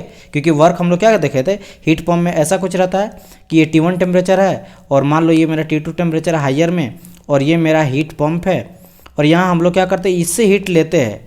T2 टेम्परेचर, लोअर टेम्परेचर से हीट दे के हम लोग T1 टेम्परेचर तक जाते हैं, तो इसके लिए हम लोग को वर्क कराना पड़ता है, सिस्टम पे करते हैं। तो यहाँ पे क्या बोल रहा है, डिलीवर सम वर्क, तो ये बोल रहा है कि वर्क कुछ देता हमको है, तो ये नहीं होता, कुछ वर्क लेता है, ठीक है। तो ये भी गलत है। It's primary objective to reject energy in the form of heat to the higher temperature reservoir. तो ये मेरा बिल्कुल सही बोला, हायर टेम्परेचर में मेरा T1 जो है ये हायर टेम्परेचर ही है ना, तो यही मेरा रिजेक्ट करता है, ठीक है। हीट लेता है और वर्क भी लेता है और रिजेक्ट कर देता है, सही है। डी नंबर में क्या बोला है, absorb energy from the lower temperature reservoir, तो ये भी सही है, मेरा लोअर टेम्परेचर से एनर्जी लेता है। सी नंबर में क्या बोला, अ perpetual motion machine of second kind यानी कि PMMS के इज, अच्छा इसी के बारे में पूछा है कि ये है होता क्या है। ए नंबर बोला is a cyclic operating device which absorb energy as a heat from the single reservoir and perform an equivalent amount of work. तो ये आपका स्टेटमेंट सही बोला है, ठीक है, क्योंकि इसी तरह का और एक चीज़ ये जो बोला है क्या इस तरह का मशीन जो है पॉसिबल है, नहीं ये पॉसिबल नहीं है। यहाँ पे पॉसिबल का नहीं बात किया कि भाई इस तरह मशीन बनाया जा सकता है नहीं बना, पर बोल रहा कि perpetual motion machine of second kind होता क्या। तो मैंने बताया था कि वो बोल रहा कि T1 टेम्परेचर से हम लोग हीट लेंगे और लेके इसको हम लोग पूरा का पूरा जो है ये मान लो इंजन है इसको हम लोग वर्क में कन्वर्ट कर देंगे। यहाँ पे सेकंड का यहाँ कुछ रहेगा ही नहीं, नीचे कुछ नहीं रहेगा कि भाई Q2 जो टेम्परेचर है वो रिजर्वायर में जाएगा यानी T2 टेम्परेचर में जाएगा, सिंक में जाएगा, वैसा कुछ नहीं है। तो बस वही बोला है कि साइक्लिक ऑपरेटिंग डिवाइस है विच absorb energy from the single reservoir thermal and perform equivalent amount of work, मतलब जितना लिए उतना हम लोग पूरा का पूरा वर्क में कन्वर्ट कर दिए। 10 लिए थे तो 10 हो गया, तो ये तो पॉसिबल नहीं है। बट यहाँ पे पॉसिबल का बात नहीं किया, बोला कि क्या स्टेटमेंट यही बोला ना, बिल्कुल यही बोला, तो सही है। आगे पूरा violate the first law of thermodynamics, गलत है, ये सेकंड लॉ ऑफ थॉर्नेस को वायलेट करता है। Violate the second law of thermodynamics, बिल्कुल सही, सेकंड लॉ को वायलेट करता है। इट्स बोला इज पॉसिबल डिवाइस, नहीं ये इम्पॉसिबल डिवाइस है, तो ये भी आपका हो जाएगा गलत। तो यहाँ का क्या हो जाएगा, ए और सी हो जाएगा करेक्ट आंसर। ओके तो क्वेश्चन नंबर 4 पढ़ते हैं। यहाँ पे क्या बोल रखा है, heat engine working on a Carnot cycle receive heat at the rate of 40 kilowatt from the source at 1200 Kelvin and reject it to a sink at 300 Kelvin, the reject heat is। Simple सा बात, सबसे पहले तो यहाँ पे heat engine का बात किया है और हीट इंजन में बता चुका हूँ कि हीट इंजन कैसा होता है कि ये मान लो T1 टेम्परेचर यहाँ से दिया रहेगा, ठीक है, इसके बाद यहाँ से मुझे हीट कुछ लेगा, ये Q1 हीट लेगा और हीट लेने के बाद ये मेरा चूंकि हीट इंजन है तो ये वर्क डन मुझे करके देगा और वर्क डन करने के बाद ये Q2 हीट छोड़ेगा, रिजेक्ट करेगा कहाँ पे, सिंक में, मतलब T2 टेम्परेचर में रिजेक्ट कर देगा। तो यहाँ पे T1 टेम्परेचर मुझे कितना दिया हुआ आप देखिएगा कि भाई हीट रिसीव कर रहा है, कार्नोट साइकिल है। अब देखो कार्नोट साइकिल करने का मतलब क्या है, यहाँ पे 2-3 चीज़ आपको ध्यान देना जो नोब्रिकल बनेगा। पहले कौन सा इंजन है, तो हीट इंजन है, तो ये समझ में आ गया कि यहाँ पे क्या करेगा, वर्क डन मुझे मिलेगा, पहला चीज़। दूसरा समझ आया कि कार्नोट यूज किया, इसके पीछे लॉजिक क्या है कि आपको पता है कि एफिशिएंसी जो हम लोग लेंगे, एफिशिएंसी ऑफ हीट इंजन क्या हो जाता है, तो सर मुझे पता है Q1 minus Q2 divide by Q1 हो जाता है। क्योंकि यहाँ पे कार्नोट साइकिल हो जाता है और मैं बताऊँ कार्नोट साइकिल में आइडियल मानते हैं और वो क्या हो जाता है, heat is the form of temperature only, यानी कि हीट जो है वो टेम्परेचर का फॉर्म में कर सकते हैं। मतलब Q1 माइनस ये जो है इसको हम लोग T1 minus T2 divide by T1 भी कर सकते हैं, मतलब जो Q के फॉर्म में है उसको हम लोग टेम्परेचर के फॉर्म में भी लिख सकते हैं। इसी का मतलब यहाँ पे कार्नोट है, समझ आया। क्योंकि यहाँ पे देख रहे हो कि TT दिया है, Q मात्र एगो दिया है, यहाँ पे Q1 दिया है जो कि आपका 40 किलोवाट है, जो कि Q1 टेम्परेचर जो है। तो यहाँ पे क्या बोल रहा है कि Carnot cycle receive heat at a rate of 40 kilowatt, तो 40 किलोवाट से ये रिसीव कर रहा है T1 टेम्परेचर से, तो ये तो 40 किलोवाट से Q1 टेम्परेचर रिसीव कर रहा है। और फ्रॉम द सोर्स, और सोर्स का टेम्परेचर कितना दिया, 1200 केल्विन, मतलब ये दिया आपका 1200 केल्विन से ये हीट 40 किलोवाट रिसीव कर रहा है and reject it to a sink of, work done करने के बाद ये सिंक में रिजेक्ट कर रहा है हीट को, कितना में, T2 टेम्परेचर कितना दिया है, 300 केल्विन पे ये जाके रिजेक्ट कर रहा है। तो बोल रहा है कि हीट रिजेक्शन, ये जो हीट रिजेक्शन Q2 कर रहा है ये कितना होना चाहिए। तो आप यहाँ पे देखोगे कि मुझे सर यहाँ पे Q1 टेम्परेचर तो दिया है, Q1 T2 टेम्परेचर हमको फाइंड करना, तो ये तो फाइंड करना है और ये मुझे दिया हुआ तो ये भी मुझे पता चल जाएगा, तो ये मुझे फाइंड करना है। लेकिन क्या इससे मुझे पता चले, क्योंकि एफिशिएंसी तो मुझे नहीं पता, तो ये भी मेरा अननोन है, तो ये भी मुझे फाइंड करना, ये भी फाइंड करना। तो दो चीज़ को एक साथ कैसे फाइंड करेंगे, तो हम लोग यूज़ करेंगे आपका दिस मच, ये रिलेशन यहाँ से यहाँ बीच का रिलेशन, मतलब हीट को हम लोग टेम्परेचर का फॉर्म मिल सकता है। यहाँ पे देखो हायर भी दिया, लोअर भी दिया हुआ, तो यहाँ से मुझे पहले Q2 मिल जाएगा और Q2 के बाद मुझे एफिशिएंसी भी यहाँ से मिल सकता है। Q2 ही निकालना, एफिशिएंसी तो निकालना ही नहीं है, तो इससे भी आप निकाल सकते हो। तो तरीका आप जैसे क्वेश्चन पढ़ोगे तो आपको ये वाला चीज आना चाहिए कि भाई किस किस चीज पे ध्यान देना। तो बस यहाँ पे दो चीज पे ध्यान आपको देना है कि भाई यहाँ पे क्या क्या दिया गया क्वेश्चन पे। चलो हम लोग आगे बढ़ते हैं। और एक मैं चीज आपको बता देता हूँ, कहीं कहीं पे देखो यहाँ पे मान लो T टेम्परेचर है, तो T1 टेम्परेचर को हम क्या लिखे हैं, T1 टेम्परेचर, इट मीन ये हायर टेम्परेचर है। आपको पता है कि T1 टेम्परेचर हायर रहता है T2 टेम्परेचर से, तो कहीं कहीं पे T यहाँ पे H रहेगा, यानी कि हायर टेम्परेचर। बात समझ में आया। जिस तरह यहाँ पे T2 है तो कहीं कहीं पे यहाँ रहेगा T रिजेक्ट रहेगा, लोअर टेम्परेचर रहेगा, तो एक ही मतलब है T हायर टेम्परेचर या फिर T1 हायर टेम्परेचर। उसी तरह Q1 के जगह में कहीं कहीं पे यहाँ पे रहेगा क्या, Q सप्लाइड, क्या रहेगा क्यू सप्लाइड रहेगा, तो वो बात एक ही है। या फिर यहाँ पे रख सकता क्यू एच भी रह सकता है, यानी कि क्यू जो हायर हीट है जो यहाँ से लिया गया है Q1 से लिया गया है। उसी तरह Q2 के जगह में क्या क्या हो सकता है, यहाँ पे Q2 के जगह में Q रिजेक्शन हो सकता है, क्योंकि जो हीट है वो रिजेक्ट कर रहा है। या फिर यहाँ पे Q लोअर भी हो सकता है, क्योंकि ये लोअर हीट की ओर जा रहा है, तो लोअर हीट, रिजेक्शन हीट या फिर Q2, बात एक ही है। समझ आया कि नहीं? ये तीनों का मतलब QL is equal to QR equal to Q2 same, उसी तरह QS इक्वल टू आपका QH equal to Q1, QS Q supply, QH Q heat जो रिसीव कर रहा है या हायर है, और Q1 1 है। उसी तरह TH, तो कहीं पे भी कुछ भी यूज़ करेंगे और कोई भी बुक में यूज़ करेगा तो यही तीन चीज़ यूज़ करेगा, तो कहीं भी आपको कन्फ्यूजन नहीं होना है। समझ आए? 1 मतलब समझ लो हायर, 2 मतलब लोअर, और बाकी S मीन्स सप्लाइड मतलब हायर। ठीक है, चलो जी, तो हम लोग यहाँ पे इस चीज़ को हम लोग फटाफट स्टार्ट करते हैं। तो ये सारा चीज़ को मैं यहाँ पे मिटाता हूँ पहले, तो जिस चीज़ का कोई ज़रूरत नहीं है मैं एक्स्ट्रा लिख दिया हूँ। चलो, ये चीज़ मुझे यहाँ पे सिस्टम में दिया गया है कि भाई हायर टेम्परेचर से Q1 मेरा 40 किलोवाट ले रहा है, और उसके बाद वर्क डन करने के बाद ये सिंक पे छोड़ दे रहा है 300 केल्विन टेम्परेचर में। तो Q2 जो हीट रिजेक्ट कर रहा है सिंक में कितना करेगा। इफिशियंसी मुझे हीट इंजन का क्या पता है, तो सर आपने बताया था कि ये होता था आपका, अभी जस्ट मैंने आपको बताया कि Q1 higher minus Q lower Q2 by Q1। इसको हम लोग टेम्परेचर के फॉर्म में बोल सकते हैं, क्योंकि यहाँ कार्नोट दिया है, तो यहाँ लिख सकते हैं T1 minus T2 divide by T1, ये भी कर सकते हैं। तो बस खाली वैल्यू पुट कर देना है यहाँ पे। ठीक है, Q1 कितना दिया है, 40 दिया है। Q2 कितना दिया है मुझे निकालना नहीं पता, यहाँ पे Q1 40 दिया इज इक्वल टू T1 कितना दिया है, 1200 दिया है, तो 1200 पुट करो। Q2 कितना दिया, 300 दिया है, 300 पुट करो, डिवाइड बाई यहाँ पे हो जाएगा कितना, 1200, ये 300 है। बस इसको हम लोग कैलकुलेट करते हैं फटाफट। तो यहाँ आ जाएगा 40 minus Q2 divide by 40 is equal to 1200 में 300 गया तो 900 बचा, is equal to 1200, double zero कटा, 3 3 जा 9, 3 4 जा 12। देन यहाँ से हम लोग क्या कर देंगे, क्रॉस मल्टीप्लाई कर देंगे, या फिर यहाँ से हम लोग काट भी सकते हैं, 4 10 जा हो जाएगा यहाँ पे क्या 40, तो यहाँ जाएगा 40 minus Q2 is equal to 30, तो यहाँ से क्या जाएगा 40 माइनस आ जाएगा 30 इज इक्वल टू Q2, तो यहाँ 10 बचेगा, तो यहाँ से क्या निकल गया Q2 इक्वल टू 10, यानी कि जो आपका Q2 है या बोल सकते हो Q रिजेक्शन है वो कितना आपका 10 है, 10 किलोवाट। तो 10 kilowatt is the correct answer, यानी कि Q2 कितना है मेरा 10 किलोवाट है। समझ आया? तो यहाँ से आ गया C नंबर आंसर। तो बस यही आपका सिंपल सा लॉजिक, इस तरह का आपका न्यूमेरिकल आएगा, कोई बहुत बड़ा नहीं है, बस समझने पे ऊपर है। जितना तरीके से आप समझोगे तो इजी है क्वेश्चन, और मैं अच्छी तरह से आपको समझाऊंगा, उसके लिए आप टेंशन नहीं लेना, बस आपको फॉलो करना है। और अभी तक वीडियो लाइक नहीं किया तो सबसे पहले तो जाकर अभी लाइक करो, ठीक है। और आपको थ्योरी भी देखना इंपॉर्टेंट है, जो थ्योरी देखा होगा उसको पता होगा कितना इजीली तरीका से बन रहा कोई भी चीज़, एकदम हवा लगेगा। और थ्योरी आप नहीं देखेगा, थोड़ा टाइम तो देना पड़ेगा, भले 1 घंटा समझा दिए, लेकिन हम क्या चाहते हैं, ऐसा तो नहीं है। आप लोग बहुत को ये बोलते हो सर इतना लंबा लंबा मत बताइए, मैं भी मुझे पता है कि वास्ट टाइम उससे मैं भी घट सकता है कि डायरेक्ट इधर आ जाऊँ, लेकिन मेरा लड़का को स्ट्रॉन्ग करना, उसको हमको जॉब निकालना है, हमको यहाँ व्यू के लिए नहीं है, हमको लड़का का कैरियर बनाने आए, तो हम वो सारे चीज़ को प्रोवाइड करेंगे जो इंपॉर्टेंट है, ठीक है। ओके, अब देखो सेकंड क्वेश्चन क्या बोल रहा था, efficiency of A Carnot engine is given by, यहाँ पे एफिशिएंसी दिया गया है, यानी एफिशिएंसी ऑफ कार्नोट कितना दिया है 0.75 दिया गया है। इसको हम लोग परसेंटेज में अगर कन्वर्ट करेंगे, नहीं करेंगे भी तो क्या हो सकता है, तो यहाँ पे हम लोग कर देंगे 0.75, पॉइंट को हटाएंगे तो 0 में कन्वर्ट हो जाएगा। वैसे नहीं करते हैं क्योंकि यहाँ पे आपको कोई बताने का रीजन नहीं है, क्योंकि इससे बन जाएगा क्वेश्चन, मुझे पता है। आगे देखते हैं क्या होता है, अगर होगा तो बताऊंगा। If the cycle direction is revised what will be the value of COP of the Carnot refrigerator. चलो भाई, यहाँ पे कार्नोट रेफ्रिजरेटर का बात किया, रेफ्रिजरेटर में कार्नोट, चलो ठीक है।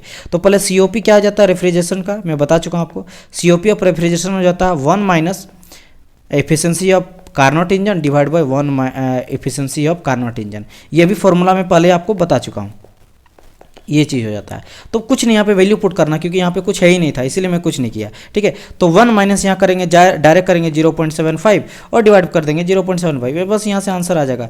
इसको आप कैलकुलेट कीजिएगा तो यू विल गेट, यहाँ से 0.25 बच गए यहाँ पे, ठीक है, 1 में जाएगा और यहाँ पे 0.75 आ जाएगा, और यहाँ से कटेगा तो 33 जा आ जाएगा, यहाँ पे 0.33 आ जाएगा करेक्ट आंसर। समझ आया कि नहीं, ठीक है। तो बस यहाँ पे इसी तरह से आपको बनेगा, तो यहाँ पे देखो 0.33 आ जाएगा करेक्ट आंसर। तो एकदम इजी तरीका से आपको सब कुछ बनने जाएगा, बात समझ में आया कि नहीं। तो इसी तरीका से आप बनाते जाओगे और आपको आंसर मिलते जाएगा। तो इसके बाद हम लोग चलते हैं नेक्स्ट क्वेश्चन की ओर। ओके, तो क्वेश्चन नंबर 6 क्या बोल रहा है कि एक कार्नोट रेफ्रिजरेटर है, ठीक है, is working between reservoir -30 degree Celsius and 44 degree Celsius. What is the coefficient of performance. पहले तो इसमें कोफिशिएंट ऑफ परफॉर्मेंस होना है। इफ अगर the actual refrigerator has the coefficient of performance is 70% of the Carnot value, estimate the refrigerating effect, यानी कि desire effect का यहाँ पे पूछ रहा है कि डिजायर इफेक्ट इसका क्या होगा पर किलोवाट ऑफ पावर कंजप्शन, अगर ये 1 किलोवाट पावर को कंजप्शन करता है। और क्या दिया गया कि एक आपका रेफ्रिजरेटर है, तो रेफ्रिजरेटर वो भी कैसा है, कार्नोट रेफ्रिजरेटर है। कार्नोट क्यों दिया है सर, कार्नोट देने का पीछे रीजन ये है कि जैसे आपको पता है कि COP ऑफ रेफ्रिजरेटर क्या हम लोग लिखते हैं, तो सर लिखते हैं Q2 minus Q1 minus Q2, ठीक है। लेकिन यहाँ पे हीट का तो बात ही नहीं है, हीट कहीं दिया ही नहीं है। लेकिन यहाँ पे कार्नोट देने का पीछे यही लॉजिक है कि इसको हम लोग टेम्परेचर के लिमिट में भी लिख सकते हैं, मतलब T2 divide by T1 minus, sorry क्यों बोल दिए, T1 माइनस T2, क्योंकि आपको पता है कि हीट को हम लोग टेम्परेचर के फॉर्म में लिख सकते हैं जब मेरा कार्नोट रहेगा। क्यों, क्योंकि कार्नोट में होता है heat is the form of temperature only. तो यही लॉजिक है, यहाँ पे कार्नोट लिखा गया है, ठीक है। तो हम लोग अब इसका यूज़ करेंगे, जो COP लिखाएंगे रेफ्रिजरेटर का, ये वाला चीज़ यूज़ करेंगे और यहाँ से मुझे निकल सकता है, ठीक है। और उसके बाद मुझे आगे क्वेश्चन ऑब्वियसली बहुत ही ईजी दिया गया और यहाँ पे कोई जानने वाली कोई बात ही नहीं। तो चलो हम लोग 1 बाय 1 करके इस फर्दर इसको क्वेश्चन को डील करते हैं। तो सबसे पहले हम लोग क्या दिया गया है, यहाँ पे टी लोअर टेम्परेचर दिया है। मैं टी लोअर लेता हूँ, टी लोअर मतलब समझ रहे हो ना, T2 टेम्परेचर। तो T2 लोअर कितना दिया, -30 दिया है, 30 दिया है, इसको केल्विन में चेंज करेंगे, 273 जोड़ देंगे तो कितना हो जाएगा यहाँ पे 243 केल्विन आ जाएगा। उसका दिया गया है हमें टी हायर टेम्परेचर यानी कि T1 टेम्परेचर, ये कितना दिया गया 44 दिया, 44 में 273 कर देंगे तो आ जाएगा 370 केल्विन।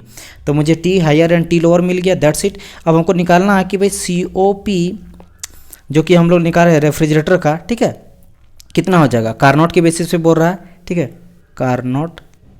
तो क्या हो जाएगा यहाँ पे टी लोअर हो जाता है, डिवाइड बाय आ जाता है T higher minus T lower. आपको मैं पढ़ाऊँ इस तरह से T2 divide by T1 minus T2, बात एक ही है।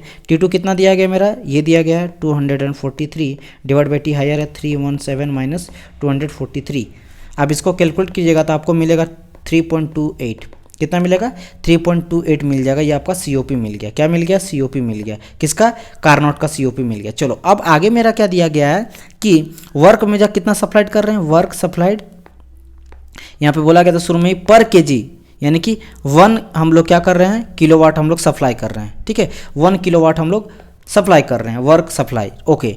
और मुझे पता है कि COP जो कि क्वेश्चन में बोला गया था कि COP जो दिया गया है मेरा एक्चुअल COP वो मेरा 70% है। 70% मीन्स क्या होता है, 70 डिवाइड बाई 100, 0 कटा, यानी कि 7/10 इसको लिख सकते हैं 0.7, मतलब 0.7 दिया COP ऑफ कार्नोट का, COP ऑफ कार्नोट का, ठीक है, यहाँ लोग ले कार्नोट, सॉरी एक सेकंड मैं इसको अच्छा से लिख देता हूँ, COP ऑफ कार्नोट। तो कार्नोट का 70% जो निकलेगा वो मेरा एक्चुअल COP दिया गया है और ये दोनों किसके लिए, रेफ्रिजरेटर का है, ठीक है। तो रेफ्रिजरेटर का जो कार्नोट के बेसिस पे मेरा COP जितना है उसका 70% मेरा एक्चुअल दिया गया है, ये दिया गया है। और अभी जस्ट हम लोग ये वाला चीज़ को फाइंड कर दिए हैं। ये चीज़ कितना फाइंड किए, ये COP ऑफ कार्नोट का कितना फाइंड किए 3.28। तो हम लोग यहाँ पे 3.28 यहाँ पे पुट कर सकते हैं, 3.28 पुट कर दिए इंटू 0.7 पुट कर दिए, ये तो मेरा आ गया। अब COP क्या हो जाता है एक्चुअल, नॉर्मली मुझे पता COP क्या होता है, डिजायर इफेक्ट डिवाइड बाय जाता है हीट इनपुट करते हैं हम लोग, यही तो करते हैं ना, डिजायर इफेक्ट अपन हीट इनपुट। और हमको चाहिए क्या, यहाँ पे बोला गया क्या कि आपका इफेक्ट बोला है रेफ्रिजरेटिंग इफेक्ट। इफेक्ट क्या आ जाता है, ये होता है मेरा डिजायर इफेक्ट, यही मेरा पूछा गया है। तो मुझे डिजायर इफेक्ट निकालने के लिए क्या करेंगे, 0.7 इंटू 3.28 इंटू कर देंगे हीट इनपुट, इधर आ जाएगा। और हीट इनपुट यानी वर्क सप्लाइड मुझे कितना कर रहा है, 1 कर रहे हैं, 1 किलोवाट के बेसिस पे। तो यहाँ से आ जाएगा 0.7 इंटू 3.28 इंटू 1। तो इसको आप अगर कैलकुलेट कीजिएगा तो आप कर सकते हो, इसका आंसर आएगा 2.296 आएगा या फिर 8 आएगा। तो आप लोग देख लेना कि इतना आएगा या फिर 2.2 10 मान लो 298, ये दोनों में से कोई आएगा, ठीक है। किस में आएगा, किलोवाट में आ जाएगा। ये आपका आ जाएगा डिजायर इफेक्ट या फिर बोल रहे हो रेफ्रिजरेटिंग इफेक्ट। तो this will be your answer, ठीक है। आगे बढ़ते, कुछ नहीं था क्वेश्चन में, मैं एक बार रिकैप करा देता हूँ। यहाँ पे कुछ नहीं दिया गया था, सिंपली आपको यहाँ पे बोला क्या गया था कि टी लोअर टेम्परेचर आपको इतना दिया गया था, टी हायर टेम्परेचर इतना दिया गया था, सीओपी अब पहले कारनोट निकाल लिए टेम्परेचर लिमिट के बेसिस पे, इतना आ गया मेरा। और बस ये मेरा एक चीज़ जो क्वेश्चन में बोला गया था कि मेरा जो एक्चुअल जो सीओपी है वो 70% है कारनोट के, तो बस ये फॉर्मूला लिख दिए और मुझे ये निकाल दिए थे, ये भी पुट कर दिए, और मुझे डिजायर इफेक्ट चाहिए था, हीट इनपुट को धर दे दी, हीट इनपुट मेरा बोला गया था पर किलोवाट यानी 1 किलोवाट, तो बस यहाँ से आंसर आ गया। ठीक है, क्वेश्चन नंबर चलते हैं 7 की ओर। क्वेश्चन नंबर 7 में क्या बोला गया? क्वेश्चन नंबर 7 बोला गया कि हीट पंप है ऑपरेटिंग इन कारनोट साइकिल, बोल रहा pump heat from a reservoir eight this much, इतना केल्विन पे कर रहा है और रिजर्वेयर इतना दिया गया है। तो कोफिशिएंट ऑफ परफॉर्मेंस क्या, कुछ नहीं है क्वेश्चन, हीट पंप का डायरेक्ट बात किया गया, एकदम ये put the value get the answer वाला क्वेश्चन है। ठीक है, तो इसमें क्या आपको बोला गया है कि एक हीट पंप क्या दिया है, क्या दिया गया आपका हीट पंप। तो हीट पंप का सीओपी क्या आ जाता है पहले तो आप जान लो। तो हीट पंप का सीओपी मैं आप लोग से बता चुका हूँ कि हो जाता है sir T higher divide by T higher minus T lower, जैसे मैं बताया हूँ टी हायर 1 हो जाता है और T higher 1 minus T lower यानी T1 divide by T1 minus T2, बस दैट्स इट। और यहाँ पे क्या बोला गया था कि यहाँ पे Carnot cycle pumps heat from a reservoir, ये रिजर्वेयर से ले रहा है और छोड़ रहा किसको, इतना में छोड़ रहा है, यानी कि यहाँ पे T1 जो दिया गया था वो दिया गया था 600 केल्विन दिया गया है, और यहाँ से मेरा जो है यहाँ से ले रहा T2 कितना दिया गया, मैं पहले एक बार बना देता हूँ, 3 इतना दिया गया है। और जो कि हीट पंप है, आपको पता है हीट पंप में क्या हो जाता है, हीट पंप अगेंस्ट काम करता है, मतलब लोअर से हायर में जा रहा है, इसीलिए देखो हीट, देखो यहाँ क्या बोल रहा है कि पंप जो है वो heat from the reservoir of this much, यानी कि T2 क्या है मेरा, ये लोअर टेम्परेचर है ना, तो लोअर टेम्परेचर हीट लेके हायर टेम्परेचर में छोड़ रहा है, तो यहाँ से मेरा हीट ले रहा है और छोड़ रहा है मेरा किधर, ऊपर तरफ छोड़ रहा है, ये इधर छोड़ रहा है। बात समझ में आया कि नहीं? तो यहाँ पे क्या कर रहा है, वर्क डन इसमें सिस्टम में हम लोग कर रहे हैं क्योंकि ये मेरा हीट पंप है, तो इसका एफिशिएंसी हम लोग निकाल लेंगे T2 टेम्परेचर के बेसिस पे।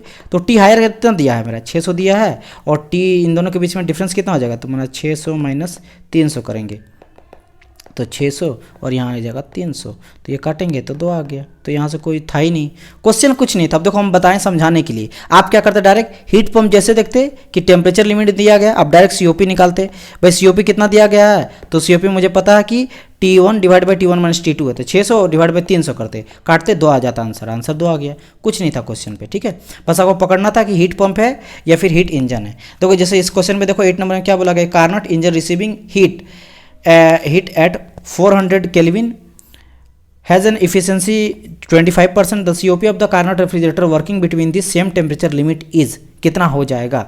तो यहाँ पे सबसे पहले यहाँ पे कारनोट इंजन का बात किया गया, सॉरी हाईलाइटर हम लेना चाह रहे थे, कोई बात नहीं, कारनोट इंजन का बात किया गया है। तो हम लोग सबसे पहले इफिशिएंसी देखेंगे कि इफिशिएंसी मेरा हीट इंजन का कितना दिया गया है।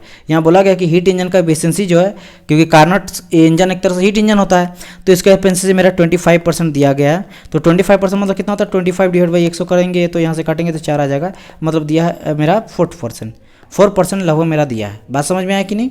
ओके, तब हम लोग अब क्या करेंगे, मैंने 1/4 दिया गया। चलो अब मुझे ये भी पता है कि COP of heat pump is equal to 1 upon efficiency of heat engine।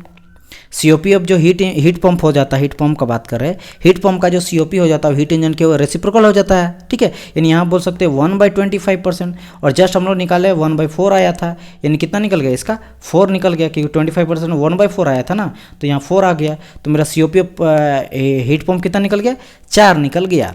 अब मुझे निकालना क्या है, यहाँ पे बोला गया इफिशिएंसी ऑफ हीट पंप, तो यहाँ पे हम लोग पुट कर देंगे, देख लेते हैं यहाँ पे क्या बोला गया था, the Carnot receiving heat this much and efficiency 25 the COP of Carnot refrigerator. अच्छा, रेफ्रिजरेटर का COP पूछा हमको, रेफ्रिजरेटर का, तो आपको ये पता होना चाहिए कि COP ऑफ हीट पंप जो होता है सर, वो 1 + COP ऑफ रेफ्रिजरेटर होता है। ठीक है, तो हम लोग यहाँ पे क्या करेंगे कि COP ऑफ रेफ्रिजरेटर, तो यहाँ करेंगे 1 और प्लस COP ऑफ रेफ्रिजरेटर तो मुझे नहीं पता है, तो यहाँ पे रेफ्रिजरेटर, लेकिन हीट पंप जस्ट अभी निकाले 4 आया था, तो बस तो यहाँ हो जाएगा मेरा क्या आ जाएगा, इसको अगर हम लोग इधर ले जाएंगे तो 3, तो यहाँ 3 आ जाएगा आंसर आपका। COP ऑफ रेफ्रिजरेटर कितना निकला, 3 निकला। क्या किए हैं, कुछ नहीं किए। क्या क्वेश्चन पे था इसमें बताइए, तो इसमें कोई 30 मार्क वाला चीज़ था नहीं था। ठीक है, ओके, तो यहाँ पे क्या किए हम लोग, सिंपली मुझे पता था, ये रिलेशन खाली आपको पता होना चाहिए था और यहाँ पे बस आपको पकड़ना था।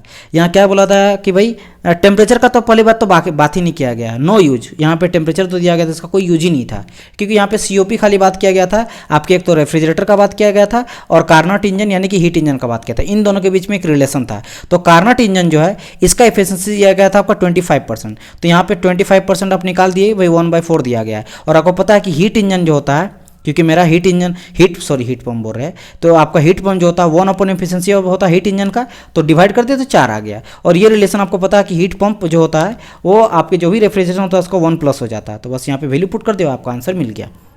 तो क्वेश्चन नंबर 9 क्या बोल रहा है कि a heat engine is supplied with 250 kilojoule per second of a heat at a constant fixed temperature of 227 degree Celsius. The heat is rejected at 27 degree Celsius. The cycle is reversible. अच्छा, the amount of heat rejection is, देखो simple या logic बहुत ही देखना पकड़ना। सबसे पहले यहाँ पे बोल रहा है कि हीट इंजन का बात करा कि हीट इंजन है, और हीट इंजन मीन्स क्या हो जाता है कि T1 टेम्परेचर से जो भी मेरा हीट लेने के बाद ये मेरा वर्क डन करेगा। क्या करेगा? वर्क डन करेगा, और करके ये सिंक में छोड़ देगा टेम्परेचर। तो ये चीज़ तो कंफर्म है कि वर्क डन मेरा करेगा, और जो सप्लाई लेगा वो हायर टेम्परेचर से लेगा। और यहाँ पे बात करा कि जो सप्लाइड किया जा रहा है वो इतना कर रहा है मेरा QS सप्लाइड, मतलब ये जो किलोजूल पर सेकंड है, इससे पता चला कि ये मेरा क्या है, हीट दिया गया है। ये क्या है? मेरा हीट है, और हीट मेरा कितना दिया गया? सप्लाइड हीट है, यानी कि QS, या फिर बोल लो कि Q1, ये कितना दिया गया आपका? 250 किलो जूल पर सेकंड, ये वाला चीज़ दिया गया। ये आपका दिया गया 250। बात समझ में है? ओके। फिर क्या बोल रहा है? Of a heat at the constant fixed temperature of this much. ये आपका फिक्स टेम्परेचर दिया गया है, यानी सप्लाइड टेम्परेचर। तो किस सप्लाइड के टेम्परेचर कितना दिया? 227 डिग्री सेल्सियस दिया गया है। चलो भाई, ये भी टेम्परेचर दिया गया, मतलब ये वाला टेम्परेचर हाइयर टेम्परेचर कितना दिया है? 227 डिग्री सेल्सियस दिया गया है। इसको कन्वर्ट करेंगे हम लोग केल्विन में, तो 273 जोड़ देंगे तो पक्का पक्की कन्वर्ट हो जाएगा आपका 500 केल्विन। उसी तरह बात कर रहा है रिजेक्ट कितना में करा? 27 डिग्री सेल्सियस में, यानी कि रिजेक्शन हीट जो दिया है ये 27 डिग्री सेल्सियस दिया, इसमें 273 जोड़ देंगे तो मेरा कितना आ जाएगा? 300 केल्विन आ जाएगा मेरा टी रिजेक्शन। तो बोल रहा था साइकिल इज रिवर्सिबल। रिवर्सिबल करने का मतलब क्या है कि मेरा जो भी हीट जो रिजेक्शन है डिवाइड बाय जो हीट सप्लाइड है वो टेम्परेचर आ जाएगा टेम्परेचर के इक्वल, यानी कि आपका temperature rejection divide by temperature supplied. यही करने का मतलब है आपका रिवर्सिबल का, कि रिवर्सिबल मीन्स कार्नोट का ही बात कर रहा है, क्योंकि मैंने कहा था रिवर्सिबल कब हो जाता है? जब एफिशिएंसी 100% हो जाता है, यानी रिवर्सिबल मतलब देयर इज नो लॉसेस। बहुत ही आपका जितना हम यूज़ किए थे उतना मुझे मिल भी गया, सप्लाइड और आउटपुट दोनों मेरा सेम है, यानी कार्नोट जिस तरह। तो कार्नोट में क्या हो जाता है? Heat is the form of temperature लेते हैं, तो QS बाय जो Q सप्लाइड है वो हो जाएगा TS TR by T supplied. तो बस इसको हम लोग वैल्यू यहाँ पे पुट कर देंगे, क्योंकि मुझे एफिशिएंसी मुझे क्या पता कि 1 माइनस हो जाता है TR बाई TS, यानी कि बोल सकते हो कि 1 - TR मीन्स क्या हो जाता है? रिजेक्शन, यानी कि यहाँ पे हो सकता है Q rejection by Q supplied. ठीक है, Q2 बाई Q1, ये हम लोग चीज़ लेंगे। लेकिन चूंकि यहाँ पे बोला कि साइकिल इज रिवर्सिबल तो दिस मच हम लोग लेंगे। तो यहाँ पे हम लोग निकालना था क्या? देखो यहाँ पे हीट रिजेक्शन यानी कि QR हमको निकालना था ये चीज़। तो यहाँ पे क्या हो जाएगा? QR इज इक्वल टू हो जाएगा TR ऊपर में रहेगा, TS नीचे में रहेगा, इनटू ये आपका QS इधर चल जाएगा। तो यहाँ से करेंगे T रिजेक्शन मेरा कितना है? 300 है, डिवाइडेड सप्लाइड हम लोग कितना दिए थे? 500 सप्लाइड किए थे, और QS कितना दिया है? 250 दिया है। तो यहाँ पे हम लोग 0 काटेंगे, ये काटेंगे 5 जा दिस मच, तो यहाँ आ जाएगा 150। तो कितना आ जाएगा? 150 आ जाएगा यहाँ पे Q रिजेक्शन। तो Q रिजेक्शन कितना मिल जाएगा? T2 कितना मिल जाएगा? 150 आ जाएगा किलो जूल पर, यहाँ पे सेकंड में था या kg सेकंड में था, तो 150 आ जाएगा, यानी correct answer will be your D number, 150 kilo joule पर सेकंड।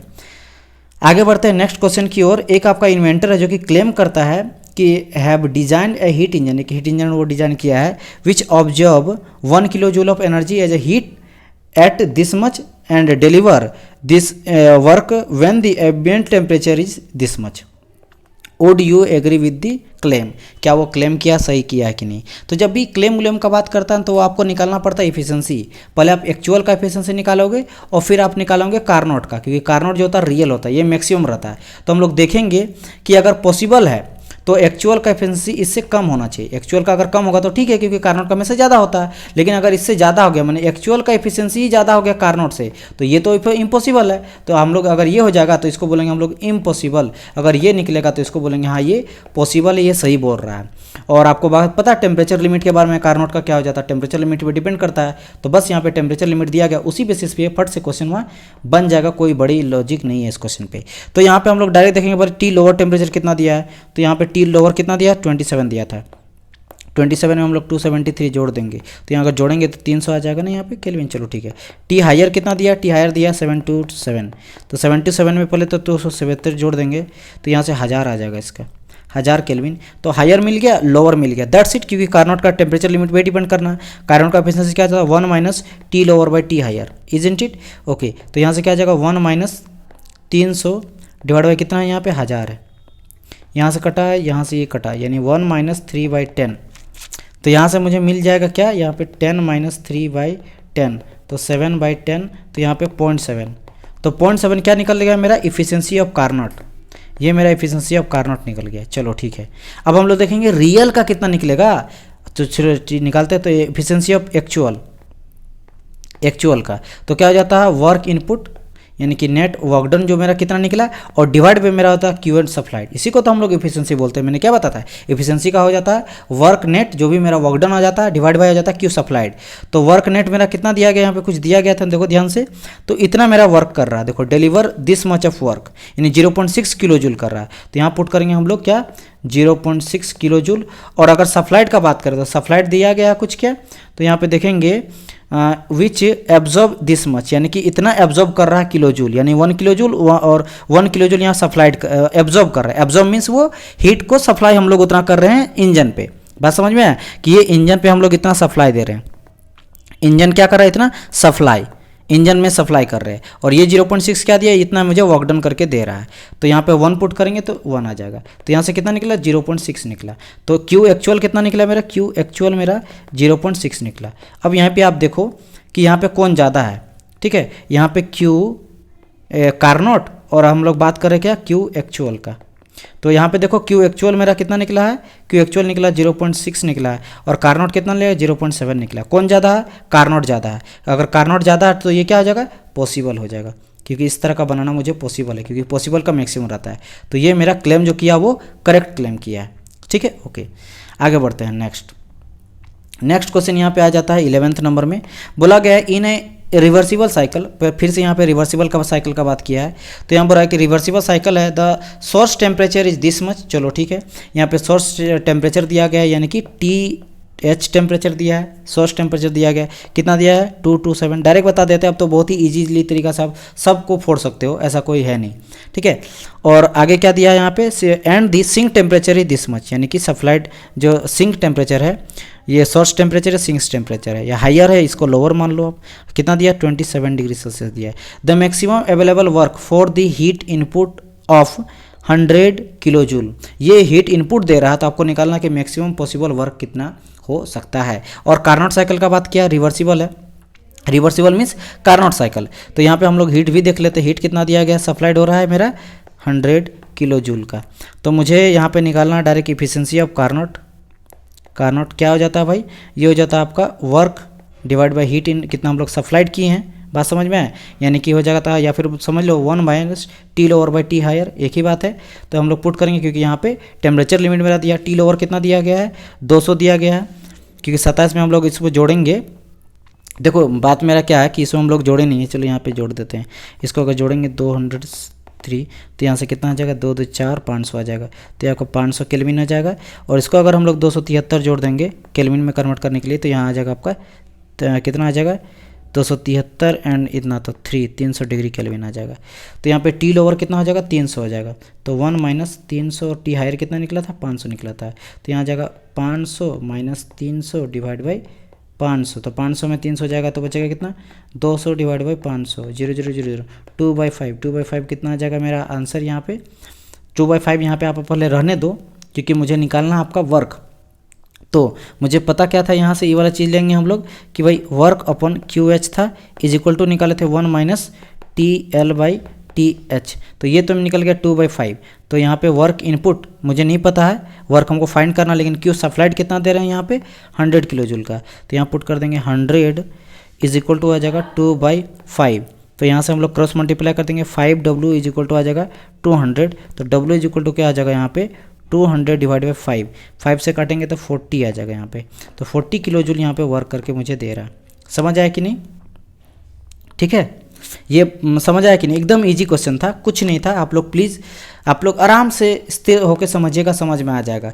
सोर्स टेम्परेचर इसका दिया गया था और सिंक टेम्परेचर इसका दिया गया था, समझ आया? एंड वर्क इनपुट मुझे दिया गया था, बस हम लोग वही लिख दिए हैं। हायर टेम्परेचर यहाँ पे दिया गया था, ये हम लोग केल्विन में कन्वर्ट कर दिए। लोअर टेम्परेचर दिया गया था, इसको हम लोग केल्विन में कन्वर्ट करके ले आए। और हीट सप्लाइड कितना मुझे मिल रहा है, यानी सप्लाइड कितना मिल रहा है मुझे लिख दिए। कार्नोट क्या हो जाता है, इफिशिएंसी पहले, इफिशिएंसी का क्या हो जाता है फॉर्मूला कि work done divide by heat supplied, तो work done divide by heat supplied यही होता है। और मुझे ये भी पता है कि कार्नोट का जो इफिशिएंसी हो जाता है 1 - T lower by T R होता है, ये भी होता है। तो ये भी इफिशिएंसी, ये भी इफिशिएंसी, तो दोनों को तो हम लोग बोल सकते हैं कि हाँ ठीक है दोनों इक्वल है। तो सबसे पहले हम लोग देख लें कि इसका कितना ये वाला चीज़ आ रहा, सॉरी ये कितना आ रहा, वैल्यू कितना मुझे आ रहा। ठीक है, तो ये हम लोग यहाँ से मुझे निकाल दिए, 2/5 आ गया, क्योंकि मुझे पता है लोअर आपका दिया गया था 300 और हायर दिया गया था आपका 500। इसको कैलकुलेट किए तो आ गया मेरा कितना 2/5, यानी 1 - T lower by T higher जो आया वो आ गया 2/5 आ गया। कितना आ गया 2/5 आ गया। ठीक है, इसको रखें।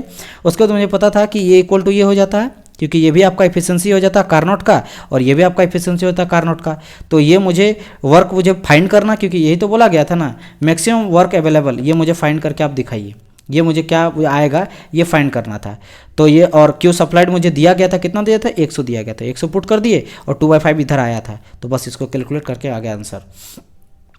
ओके, तो क्वेश्चन नंबर 12 है और ये आपका लास्ट क्वेश्चन हो जाएगा। और ये बहुत ही वीवीआई क्वेश्चन है कि बहुत बार रिपीट में ये चीज़ पूछा गया है, क्योंकि दो ऑपरेटिंग जब सीरीज में काम करेगा इंजन तब कैसे आप निकालेंगे उसका इफिशिएंसी वगैरह, तो वो बहुत ही इंपॉर्टेंट है। देखो इस क्वेश्चन को क्या है, सो बोला गया कि 2 आपका कार्नोट आपका इंजन दिया गया, 2 कार्नोट इंजन दिया गया है, are operating in a series, यानी कि 2 कार्नोट इंजन सीरीज में काम कर रहा है, यानी कि कुछ इस तरह से काम कर रहा है। ठीक है, रफ डायग्राम में मैं आपको बता रहा हूँ। ये आपका पहला आपका टेम्परेचर है, ठीक है, और ये आपका फिर से आप हीट इंजन ये वर्क डन करके देगा, और ये आपका T2 टेम्परेचर दिया गया T2। ठीक है, और यहीं से और एक मेरा इंजन जोड़ दिया गया है जो कि फिर से मेरा वर्क डन कर रहा है, और ये मेरा सिंक टेम्परेचर इसके लिए हो जाएगा। तो यहाँ पे आप ध्यान दोगे तो टेम्परेचर कितना लिमिट हो गया 1, 2 और 3, लेकिन अगर एक इंजन काम करेगा तो उसका 2 और उसका 4 होना चाहिए। तो यहाँ पे क्या हो जाता है कि ये मान लो हो जाता है हायर टेम्परेचर यानी सोर्स टेम्परेचर, और ये हो जाएगा सिंक टेम्परेचर, ये हो जाएगा लोअर टेम्परेचर। लेकिन जब ये इस इंजन के लिए, ये पहला इंजन का हम लोग बात किए, ये फर्स्ट इंजन का बात कर रहे हैं, जब फर्स्ट इंजन में काम करेगा तो हायर लोअर, लेकिन जब ये सेकंड इंजन में रहा, जब सेकंड इंजन में काम करेगा तो ये हो जाएगा मेरा हायर टेम्परेचर और ये हो जाएगा लोअर टेम्परेचर। ठीक है, तो देखो यहाँ पे ये जो है इंटरमीडिएट वाला टेम्परेचर है, ये लोअर टेम्परेचर की तरह भी काम करता है और हायर टेम्परेचर भी काम करता है। हायर कम करता है जब ये सेकंड वाले के काम करेगा, और लोअर कम करेगा जब ये फर्स्ट वाले का काम करेगा। तो यही में हमको ये रिलेशन से बैठ के यहाँ पे इस क्वेश्चन को सॉल्व करना है अच्छी तरह से। तो हम लोग पहले समझते हैं क्या बोला गया था। 2 कार्नोट इंजन दिया गया है, are operating in a series such that heat sink of the first engine serve as the heat source of the second one. देखो यहीं पे बात किया गया है कि heat sink of the first engine का हीट सिंक क्या है आपका T2 है, तो ये काम कर रहा है as heat source of the second one. देखो सेकंड वन का क्या कर रहा है, सोर्स की तरह काम कर रहा है, वही मैं यहाँ पे जस्ट बताया हूँ कि ये सोर्स है हो जाएगा। ठीक है, और ये मेरा सिंक है, तो सिंक जो है तरह सोर्स की तरह मेरा काम कर रहा है। समझ है? ओके, फिर बात कराया गया था source temperature of the first engine is इतना। फर्स्ट इंजन का जो सोर्स है, तो फर्स्ट इंजन का सोर्स तो ये वाला है, ये कितना दिया गया A1006 केल्विन दिया गया है। And the sink temperature of the second engine का सिंक कौन सा है, ये वाला है, ये कितना दिया गया आपका, दिया गया 300 केल्विन, ये दिया गया है। चलो ठीक है, तो बोला गया है and the thermal efficiency of the both engine are same, यानी कि थर्मल एफिशिएंसी दोनों का एफिशिएंसी क्या है मेरा सेम है 1 और 2 का। ये मेरा यहाँ पे क्वेश्चन पे दिया गया, जो कि अच्छी बात है। तो बोला इंटरमीडिएट टेम्परेचर क्या हो जाएगा, यानी कि T2 टेम्परेचर क्या हो जाएगा, क्योंकि मुझे मैं हाईलाइटर से देखो दिखा रहा हूँ आपको, ग्रीन से दिखा रहा हूँ। यस, मुझे ये टेम्परेचर जो मुझे पता चल गया T1 टेम्परेचर, मुझे T2 टेम्परेचर ही पता चल गया ये है, लेकिन मुझे T2 टेम्परेचर में जो इंटरमीडिएट टेम्परेचर है इसका क्या नाम दे देंगे। चलो मान लेते हैं इसका T1 दे दिए, T2 इसका T3 दे दिए। तो जब इसका थर्ड वाला ये T3 भी मुझे पता है, T1 मुझे पता है, T3 मुझे पता है, T2 मुझे नहीं पता, जो कि आपका इंटरमीडिएट है, ये मुझे निकालना है। ठीक है, ये मुझे निकालना है। तब कैसे निकालेंगे हम लोग, तो देखो कैसे निकालेंगे हम लोग, बनाते हैं इसको, सॉल्व करते हैं। ठीक है, ओके। तो मैं एक काम करता हूँ, इसको थोड़ा सा छोटा कर देता हूँ, राइट। Okay 1 minute.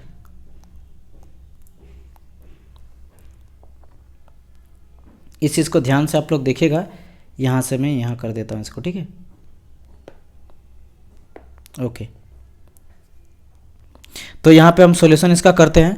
तो सॉल्यूशन में सबसे पहले क्या बोला कि भाई इफिशिएंसी दोनों का सेम है, बोला गया thermal efficiency of the both engine is same. Okay, इससे क्या मतलब निकलता है, तो इससे ये मतलब निकलता है कि इसका जो भी इफिशिएंसी होगा इसके इफिशिएंसी सेम है। और जो कि यहाँ पे कार्नोट का बात किया, तो कार्नोट का क्या आ जाता है 1 minus lower temperature minus higher temperature, तो lower temperature minus higher temperature. तो यहाँ पे लोअर टेम्परेचर हम लोग पहला का क्या माने थे, देखो यहाँ का माने हम लोग T1 माने हैं, और इसका मान है हम लोग T2, और इसको मान है T3।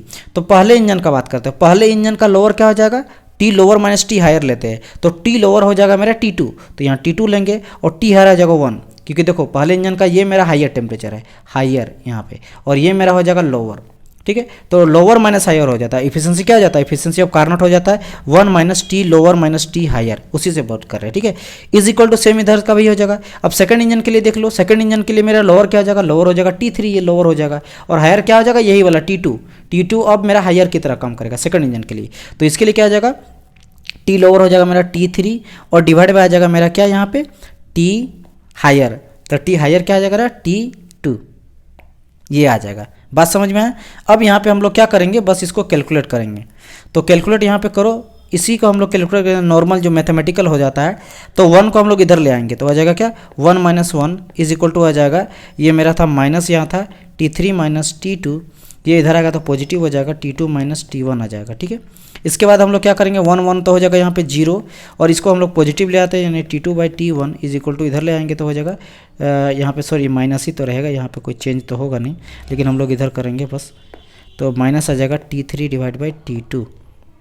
ओके, हम लोग यहाँ पे क्या करेंगे, थोड़ा सा ले लेंगे, इसका ऑपोजिट कर देंगे इधर, तो T3 पहले ही कर देना था, इज इक्वल टू आ जाएगा T2 बाई T1, और मुझे चाहिए क्या T2 चाहिए, तो इसका क्रॉस मल्टीप्लाई कर देंगे, तो क्या आ जाएगा यहाँ पे T3 into T1 is equal to T2 into T2, right. तो यहाँ से अगर T2 है तो T2 का स्क्वायर आ जाएगा, T2 का स्क्वायर इक्वल टू क्या आ गया T1 T3, स्क्वायर हटाएंगे तो यहाँ क्या चढ़ जाएगा, रूट अंडर चढ़ जाएगा, मतलब T2 इक्वल टू हो जाएगा रूट अंडर T1 और T3। तो यही तो हमको निकालना है, देखो कुछ लगा, बस हम जो किए ना यही आपको निकालना था, ये T2। तो यहाँ से मुझे क्या पता चल गया कि T2 equal to root under T1 minus T2, क्या निकला मेरा यहाँ पे, यहाँ निकला T2 is equal to root under T1 and T3। तो यही हमको फाइंड करना है। तो मुझे T1 टेम्परेचर कितना दिया गया था, अब देखो T1 टेम्परेचर दिया गया था 1600 इंटू T3 टेम्परेचर कितना दिया गया है 300 दिया गया है, ये रूट अंडर हम लोग कर देंगे, और जब इसको आप कैलकुलेट कीजिएगा तो यू विल गेट 692.8 केल्विन, और ये मेरा टेम्परेचर आपका हो जाएगा आंसर। तो यही आंसर आपका दिया गया था, ठीक है। तो बस ये आपको करना था, कुछ नहीं था, एफिशिएंसी दोनों का सेम दिया गया है, इसको कैलकुलेट करेंगे और T2 टेम्परेचर हम लोग फाइंड कर देंगे, और आपको बाकी हम फिगर बता दिए कि किस तरह का यहाँ पे बात हो रहा था। तो यहाँ पे हो जाता है हम लोग का क्लास खत्म। कैसा लगा वीडियो बताइएगा, अगर अच्छा लगा तो प्लीज़ लाइक कीजिएगा। बनाने में बहुत मेहनत लगा, तो पहले तो नोट्स बनाना पड़ता है हम लोग को, तो नोट्स में टाइम बहुत ज़्यादा लग जाता है, और उसके बाद आपको सारे न्यूमेरिकल वगैरह थ्योरी वगैरह बताना है। तो एक तरह समझ लो पूरा का पूरा लेसन हो गया एक मैराथन टाइप से। तो प्लीज़ इसको लाइक कीजिएगा, एंड बहुत सारे स्टूडेंट को शेयर करना, आपके ग्रुप में, व्हाट्सअप में, फेसबुक ग्रुप में आपको शेयर भी करना है। एंड अगर फर्स्ट टाइम विजिट किया हमारे चैनल को तो चैनल को कर लेना आपको सब्सक्राइब, ताकि लेटेस्ट नोटिफिकेशन आपको मिलते रहे, उसके लिए आपको बेल आइकन भी दबाना है। एंड इसके अलावा आपको सब्सक्रिप्शन लेना है, पूरा फुल कोर्स का AJ का तैयारी कर रहे हैं तो पेड कोर्स भी खरीद सकते हैं, नीचे में दिया गया डिस्क्रिप्शन में लिंक, मेरा व्हाट्सअप नंबर, उसके बारे में डिटेल पता कर सकते हैं, राइट। तो मिलते हैं नेक्स्ट में, तब तक के लिए goodbye and God bless you all.